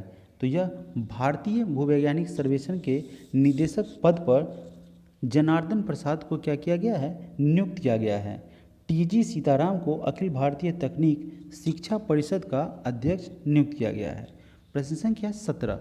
17 नंबर प्रश्न में कह रहा है कि प्रधानमंत्री नरेंद्र मोदी ने कहाँ पर दुनिया के सबसे बड़ा म्यूजियम युगे युगीन भारत का निर्माण किया है? या कि यह जो युगे युगीन भारत एक म्यूजियम होगा, जो कि साथियों भारत ही नहीं दुनिया का सबसे बड़ा म्यूजियम होगा। तो यह हो जाएगा नई Delhi. Option number D। Gujarat के गांधीनगर की अगर बात की जाए तो यहाँ पे साथियों चेयर सिटी अहमदाबाद द्वारा अर्बन 20 मेयर शिखर सम्मेलन का आयोजन किया गया था। प्रश्न संख्या 18। 18 नंबर प्रश्न में अगर बात की जाए तो पूछा गया है कि निम्नलिखित में से किस व्यक्ति को अंतर्राष्ट्रीय सांख्यिकी पुरस्कार 2023 दिए जाने की घोषणा की गई है? तो यह दिया जाएगा CR राव को। Option number B। बढ़ते हैं प्रश्न में आगे की तरफ। प्रश्न संख्या 19। प्रधानमंत्री नरेंद्र मोदी ने जापान के किस शहर में महात्मा गांधी की प्रतिमा का अनावरण किया है? तो नरेंद्र मोदी के द्वारा साथियों हिरोशिमा जो कि जापान में पड़ता है वहाँ स्थित उस जगह पे महात्मा गांधी की प्रतिमा का अनावरण किया गया है। प्रश्न संख्या 20। नीति आयोग के राष्ट्रीय बहुआयामी गरीबी सूचकांक के अनुसार भारत की कितनी प्रतिशत आबादी बहुआयामी रूप से गरीब है? तो भारत की अगर बात की जाए साथियों 96% जो आबादी है वह बहुआयामी आबादी जो है वह पूर्ण रूप से क्या है, बहुआयामी रूप से अगर कहिए तो यह क्या है, गरीब है। Option number C. प्रश्नों में बढ़ते हैं मॉडल सेट नंबर 29 की तरफ। मॉडल सेट 29 का पहला प्रश्न, विश्व आर्थिक मंच वर्ल्ड इकोनॉमिक फोरम जिसे कहते हैं उसके द्वारा निम्न में से कौन सी रिपोर्ट जारी नहीं की जाती है। तो साथियों, जब ज्ञान बिंदु का टेस्ट सीरीज प्रैक्टिस किया जा रहा था उस टेस्ट सीरीज में इस प्रश्न को पूछा गया था। ठीक है, तो एक बात की जाए, यह विश्व आर्थिक मंच वर्ल्ड इकोनॉमिक फोरम के द्वारा इनमें से कौन सा जारी नहीं किया जाता है साथियों, तो यह अगर इसका आंसर हो जाएगा विश्व आर्थिक आउटलुक रिपोर्ट। ठीक है, जबकि वैश्विक लैंगिक अंतराल रिपोर्ट, वैश्विक यात्रा और पर्यटन रिपोर्ट और साथ ही साथ वैश्विक जोखिम रिपोर्ट जो है वह वर्ल्ड इकोनॉमिक फोरम के द्वारा जारी किया जाता है। और यह जो है विश्व आर्थिक आउटलुक रिपोर्ट की अगर बात की जाए तो इसे IMF के द्वारा जारी किया जाता है। प्रश्न संख्या 2, दूसरे नंबर प्रश्न में कह रहा है कि 16वें ग्रीष्मकालीन पैरा ओलंपिक खेल में भारतीय खिलाड़ियों ने कुल कितने पदक जीते हैं। तो साथियों, इसमें कुल 19 पदक जीता गया है, जिसमें आपका 5 गोल्ड था, 8 जो है आपका सिल्वर था और साथ ही साथ 6 ब्रॉन्ज था। इन तीनों को मिला के कुल आपका 19 पदक जीता गया था 16वें ग्रीष्मकालीन ओलंपिक पैरा ओलंपिक खेल में। प्रश्न संख्या 3, उत्तर भारत का पहला स्कीन बैंक कहाँ खोला गया है। अगर बात की जाए उत्तर भारत के पहले स्कीन बैंक की तो इसे नई दिल्ली में इसका उद्घाटन किया गया है, इसकी शुरुआत की गई है। यह क्या करेगा, स्कीन बैंक में मृत व्यक्तियों की त्वचा दान की जाती है। प्रश्न संख्या 4, भारत में पहली हाइड्रोजन से चलने वाली ट्रेन वर्ष 2024 में कहां से कहां तक संचालित की जाएगी।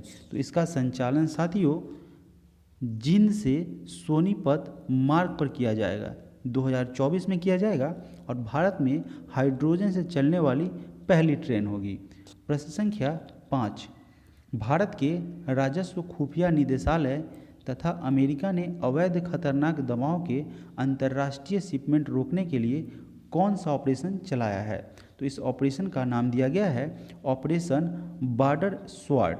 यह ऑपरेशन जो है भारत के राजस्व खुफिया निदेशालय तथा अमेरिका ने अवैध खतरनाक दवाओं के अंतर्राष्ट्रीय शिपमेंट को रोकने के लिए, यानी कि एक देश से दूसरे देश में इस तरीके का जो है अवैध मेडिसिन से संबंधित जो है दवाओं का, खतरनाक दवाओं का क्या होता है, क्रॉसिंग होता है, उसको रोकने के लिए इस ऑपरेशन को चलाया है। इस ऑपरेशन का नाम दिया गया है ऑपरेशन बॉर्डर स्वॉर्ड। प्रश्न संख्या 6, छठे नंबर प्रश्न में कह रहा है कि निम्नलिखित में से किस देश ने दुनिया की पहली electric flying car LF model A को मंजूरी दिया है। तो साथियों, अमेरिका के द्वारा विकसित दुनिया की पहली इलेक्ट्रिक फ्लाइंग कार, जो कि वह कार जो इलेक्ट्रिक फ्लाइंग कार है, उसे LF मॉडल A को मंजूरी दिया गया है। Option number D. प्रश्न संख्या 7, सातवें नंबर प्रश्न में है सामुदायिक वन अधिकारों को मान्यता देने वाला पहला संरक्षित क्षेत्र कौन सा बन गया है। तो यह बन गया है सिमलीपाल राष्ट्रीय उद्यान। यह सिमलीपाल राष्ट्रीय उद्यान जो है वह सामुदायिक वन अधिकारों को मान्यता देने वाला और संरक्षित करने वाला पहला क्षेत्र बन गया है। प्रश्न संख्या 8, निम्नलिखित में से किस यूनिवर्सिटी ने तीसरा खेलो इंडिया यूनिवर्सिटी गेम्स 2023 में प्रथम स्थान हासिल किया है। तो यह किया गया है पंजाब यूनिवर्सिटी के द्वारा। ऑप्शन नंबर डी जो है सही आंसर हो जाएगा। प्रश्न संख्या 9, हाल ही में आई एक रिपोर्ट के अनुसार भारत की सबसे आकर्षक नियोक्ता ब्रांड कंपनी कौन बन गई है। तो यह बनी है साथियों टाटा पावर। टाटा पावर जो है वह भारत की सबसे आकर्षक नियोक्ता ब्रांड कंपनी बन गई है। प्रश्न संख्या 10, खेलो इंडिया विंटर गेम्स 2023 का तीसरा संस्करण का आयोजन कहाँ किया गया है। तो साथियों, इसका आयोजन जम्मू कश्मीर में किया गया है और इसका शुभंकर जो है वह हिम तेंदुआ है। इसका शुभंकर है साथियों हिम तेंदुआ। और जम्मू कश्मीर ने 26 स्वर्ण, कुल मिला के 25 रजत और 25 कांस्य के साथ इस टोटल अगर हम पदक की बात की जाए तो 76 पदक के साथ इसमें शीर्ष स्थान पर रहा है। ठीक है, तो इसका आंसर हो जाएगा ऑप्शन नंबर बी। 11 नंबर प्रश्न में कह रहा है कि निम्नलिखित में से किसके द्वारा युवा वैज्ञानिक कार्यक्रम 2023 का शुरुआत किया गया है, यानी कि युविका उस नाम था, युविका 2023, जो कि युवा वैज्ञानिक से संबंधित कार्यक्रम है। तो इसका जो है इसकी शुरुआत की गई भारतीय अंतरिक्ष अनुसंधान संगठन इसरो के द्वारा।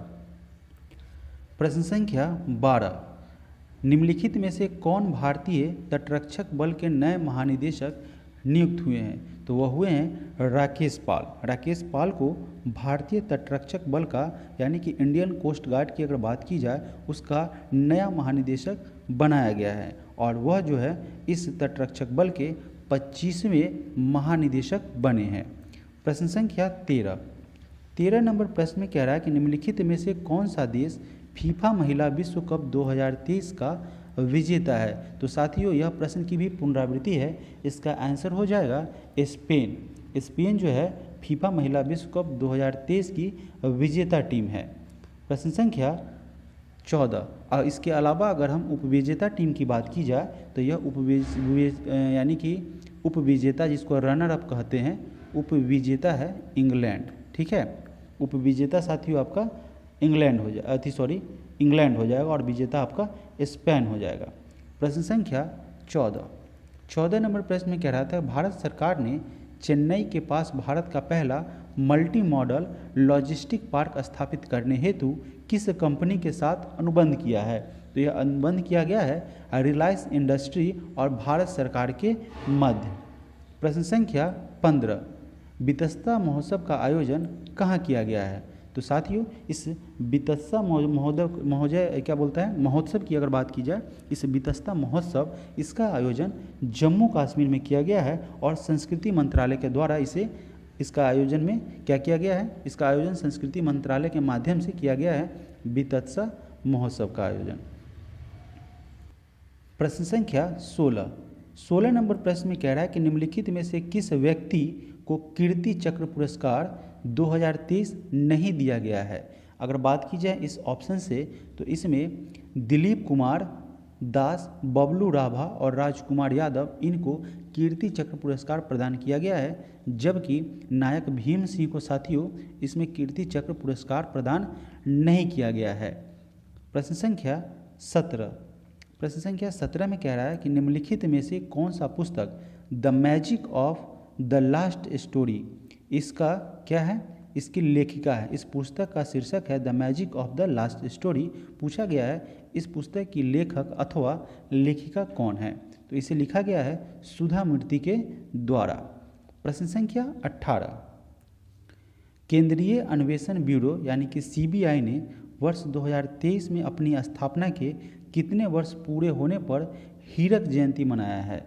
तो यह बनाया गया है सीबीआई के कुल 60 वर्ष पूरे होने के उपलक्ष्य में 2023 में अपनी स्थापना का कुल 60 वर्ष पूरा किया है, और इसके उपलक्ष्य में सीबीआई के द्वारा हीरक जयंती मनाया गया है। प्रश्न संख्या 19, निम्नलिखित में से किस संगठन के द्वारा PRET यानी कि preparedness and resilience to emerging threats पहल की शुरुआत की गई है? तो इसकी शुरुआत की गई है विश्व स्वास्थ्य संगठन के द्वारा यानी कि वर्ल्ड हेल्थ ऑर्गेनाइजेशन WHO के द्वारा। प्रश्न संख्या 20, निम्नलिखित में से किस देश के द्वारा दुनिया का पहला 3D प्रिंटेड रॉकेट टेरान 1 का सफल परीक्षण किया गया है? तो यह टेरान 1 की अगर बात की जाए जो कि अमेरिका का है, ऑप्शन नंबर डी। अमेरिकी कंपनी रिलेटिविटी स्पेस ने दुनिया के पहले 3D प्रिंटेड रॉकेट टेरान 1 का सफल परीक्षण किया है। यह प्रक्षेपण good luck have fun mission का हिस्सा है। प्रश्न संख्या 21, हाल ही में कौन सा भारतीय संस्थान लैंगिक रूढ़िवादिता पर एक हैंडबुक जारी किया है? तो इस हैंडबुक को जो है सर्वोच्च न्यायालय के द्वारा यानी कि सुप्रीम कोर्ट के द्वारा जारी किया गया है। इस लैंगिक रूढ़िवादिता का तात्पर्य है कि व्यक्तियों को केवल उनके लिंग के आधार पर विशिष्ट गुण, विशेषताएं या भूमिकाएं सौंपने की प्रथा से है। प्रश्न संख्या 22, रोहिणी आयोग का संबंध किस क्षेत्र से है? अगर हम बात करें रोहिणी आयोग का तो इसका संबंध है साथियों अन्य पिछड़ा वर्ग को आरक्षण से। अन्य पिछड़ा वर्ग के आरक्षण से इस रोहिणी आयोग का गठन किया गया था और इसका संबंध अन्य पिछड़ा आयोग के आरक्षण से है। इंटरनेशनल हॉस्टल मधुमास का उद्घाटन कहाँ किया गया है?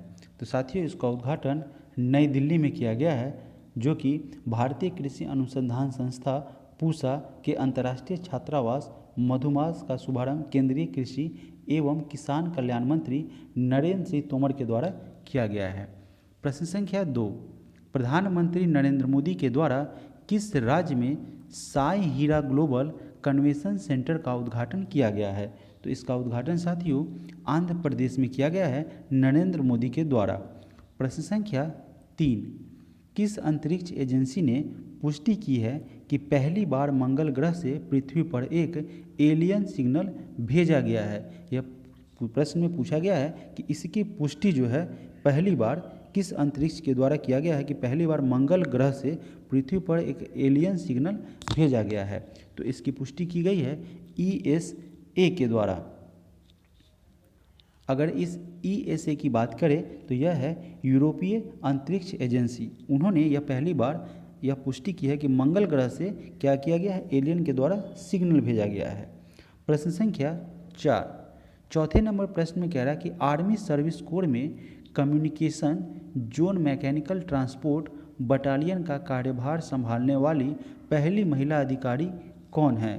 तो यह बनी है कर्नल सुचिता शेखर। कर्नल सुचिता शेखर जो है आर्मी सर्विस कोर में communication zone mechanical transport battalion का कार्यभार संभालने वाली पहली महिला अधिकारी बन गई हैं।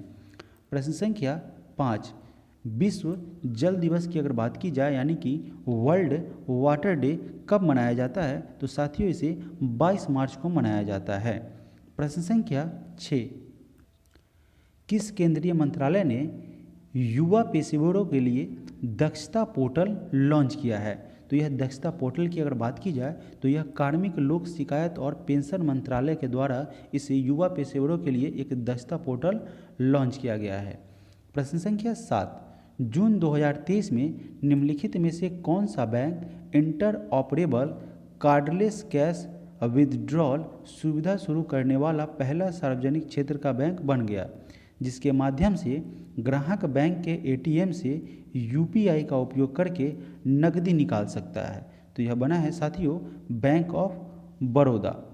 प्रश्न संख्या 8, 8वें नंबर प्रश्न में कह रहा है कि उस भारतीय धावक का नाम बताएं जिसने बेल्जियम के मर्कसेम में फ्लैडर्स कप यानी कि फ्लैडर्स की अगर बात की जाए फ्लैडर्स कप 2023 एथलेटिक्स में पुरुषों की 100 और 200 मीटर दौड़ श्रेणी में स्वर्ण पदक हासिल किया है। तो वह कौन सा धावक है, यह नाम पूछा जा रहा है।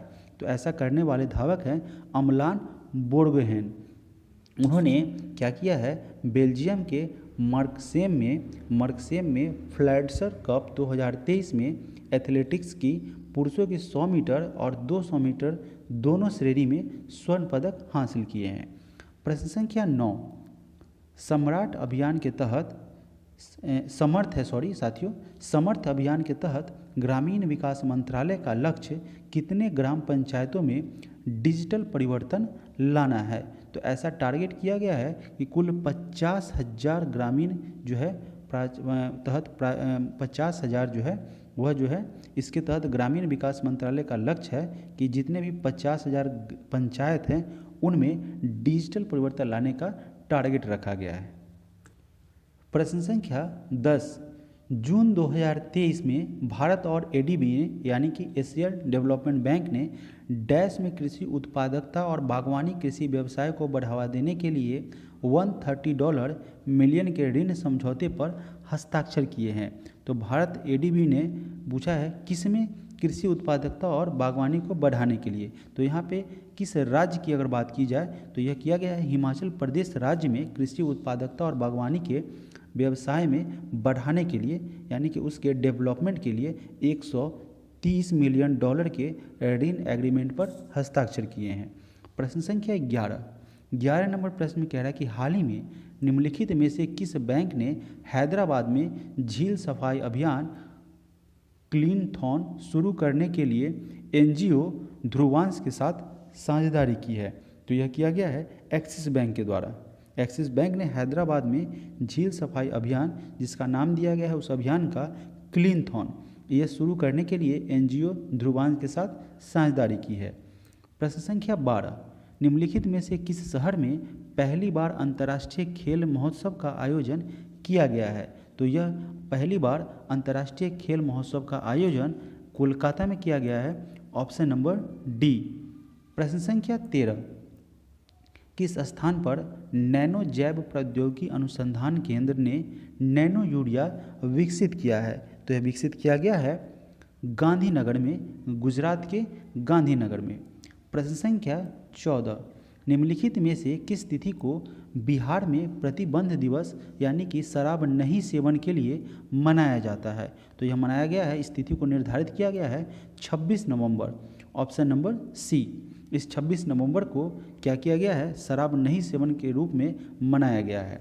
प्रश्न संख्या 15, निम्नलिखित में से किस देश में स्थित हैरिस पार्क का नाम बदलकर लिटिल इंडिया कर दिया गया है? तो यह जो है साथियों ऑस्ट्रेलिया में स्थित पार्क है हैरिस पार्क, उसका नाम बदलकर लिटिल इंडिया कर दिया गया है, नया नामकरण कर दिया गया है लिटिल इंडिया।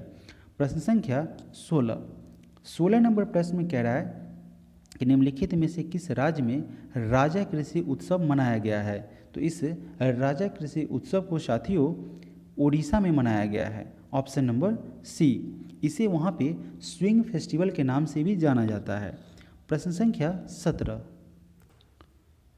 जगन्ना को चेबुदम योजना एक योजना है साथियों, जिसका नाम दिया गया है जगन्ना को चेबुदम योजना। इसका उद्देश्य क्या है? इसका उद्देश्य साथियों शिकायत निवारण, यानी कि जो भी कंप्लेन है उसको सॉर्ट आउट करना। अगर जन्ना को चेबुदम योजना की बात की जाए तो यह जो है एक शिकायत निवारण है, और क्या है कि इसका आयोजन मुंबई में राष्ट्रीय विधायक सम्मेलन के दौरान किया गया था। प्रश्न संख्या 18 नंबर प्रश्न में कह रहा है कि विदेशी व्यापार नीति 2023 के अनुसार भारत का लक्ष्य 2030 तक भारत के कुल निर्यात का लक्ष्य हासिल करना है। तो कुल कितना लक्ष्य हासिल करने का निर्णय लिया गया है या लक्ष्य रखा गया है? तो भारत ने विदेशी व्यापार नीति 2023 के माध्यम से 2030 तक भारत के कुल निर्यात का लक्ष्य 2 ट्रिलियन अमेरिकी डॉलर का रखा है। प्रश्न संख्या 19, किस राज्य सरकार ने पेयजल सेवाओं में सुधार के लिए फ्रांसीसी विकास एजेंसी के साथ समझौता किया है? तो यह समझौता किया गया है हिमाचल प्रदेश राज्य सरकार के द्वारा। प्रश्न संख्या 20वें नंबर प्रश्न में कह रहा है कि अंतर्राष्ट्रीय क्रिकेट में 12,000 यानी कि इंटरनेशनल क्रिकेट की बात पूछा जा रहा है, तो 12,000 रन बनाने वाले दूसरे सबसे तेज एशियाई बल्लेबाज कौन बन गए हैं? तो वह बने हैं बाबर आजम। पहला प्रश्न 21 नंबर प्रश्न है, नागालैंड की पहली महिला मंत्री के रूप में किसने शपथ ली है? यानी कि ऐसा जो है वह महिला बनी है जो नागालैंड की पहली महिला बनी है जिसने मंत्री के रूप में शपथ लिया है। तो यह बनी है सलहौतुओनो क्रूस। ठीक है, वह जो है नागालैंड की एक मंत्री के रूप में शपथ लेने वाली पहली महिला बन गई है। प्रश्न संख्या 22, और जो कि साथियों इस मॉडल सेट नंबर 30 का अंतिम प्रश्न है। पूछा गया है कि हाल ही में प्रधानमंत्री नरेंद्र मोदी की किस देश की यात्रा के दौरान हॉरिजन 2047 नामक समझौता दस्तावेज को अंतिम रूप दिया गया है? तो यह था फ्रांस। ठीक है, फ्रांस यात्रा के दौरान जो है नरेंद्र मोदी हॉरिजन 247 नामक एक एग्रीमेंट जो था, एक दस्तावेज को अंतिम रूप दिया गया था। भारत और फ्रांस की अगर बात की जाए तो इस भारत और फ्रांस की सेना के बीच पहला संयुक्त सैन्य अभ्यास फ्रिंजेक्स 2023 केरल के तिरुवनंतपुरम के पंगेड़ा सैन्य स्टेशन में संपन्न हुआ था। साथियों, इस तरीके से हम लोगों ने ज्ञान बिंदु के मॉडल सेट इस क्लास के माध्यम से मॉडल सेट 21 से लेके 30 तक को कंप्लीट किया है। इससे पहले हम लोगों ने साथियों मॉडल सेट 1 से लेके मॉडल सेट 10 तक को एक वीडियो के साथ कंप्लीट किया। फिर दूसरे वीडियो में मॉडल सेट 11 से लेके मॉडल सेट 20 तक को कंप्लीट किया है। और यह साथियों तीसरा वीडियो है इस ज्ञान बिंदु का, जिसमें हम लोगों ने मॉडल सेट नंबर 21 से लेके 30 तक के मॉडल सेट को कंप्लीट किया है। तो साथियों, अगर आप इस चैनल पे पहली बार हैं तो चैनल को सब्सक्राइब करेंगे और जाइए प्लेलिस्ट में सभी वीडियो आपको एक साथ देखने को मिल जाएंगे, आपको सुविधा होगी। तो वीडियो को पूरा देखेंगे, करंट अफेयर्स का पूरा यहाँ पे डाटा सुरक्षित किया गया है और इसको अगर आप कंप्लीट करते हैं तो एग्जामिनेशन के लिहाज से अति महत्वपूर्ण होगा। और कोई भी प्रश्न आपका बिहार दरोगा हो, बिहार एसएससी हो या कोई भी एग्जामिनेशन हो जिसमें करंट अफेयर्स के प्रश्न आते हैं, और लगभग इतने जो भी स्टेट्स एग्ज़ाम है और बहुत सारे एग्ज़ाम हैं बैंक की हैं, अगर बात की जाए तो सारे में करंट अफेयर्स पूछे जाते हैं। और अगर आप इस क्लास को करते हैं तो ना ही आपका बैंक का, ना ही रेलवे का और ना ही आपका बिहार दरोगा हो, चाहे वो एसएससी हो, कोई भी एग्जामिनेशन का करंट अफेयर्स आपका नहीं छूटेगा। तो साथियों, इस चैनल पर पहली बार अगर आप आए हैं तो ज़रूर सब्सक्राइब करेंगे, वीडियो को लाइक करेंगे, साथ ही साथ शेयर करना ना भूलेंगे और इस चैनल पर कंटिन्यू बने रहें। दरोगा की सर्वश्रेष्ठ तैयारी यहाँ पे होगी आपकी, जो कि टॉपिक के अनुसार होगी, टॉपिक से इधर उधर नहीं। तो चलिए इस वीडियो को लाइक करिए और चैनल पर बने रहे। मिलते हैं अगले वीडियो में, जहाँ पे हम लोग सेट नंबर 31 से लेके सेट नंबर 40 तक को कवर करेंगे। थैंक यू सो मच साथियों।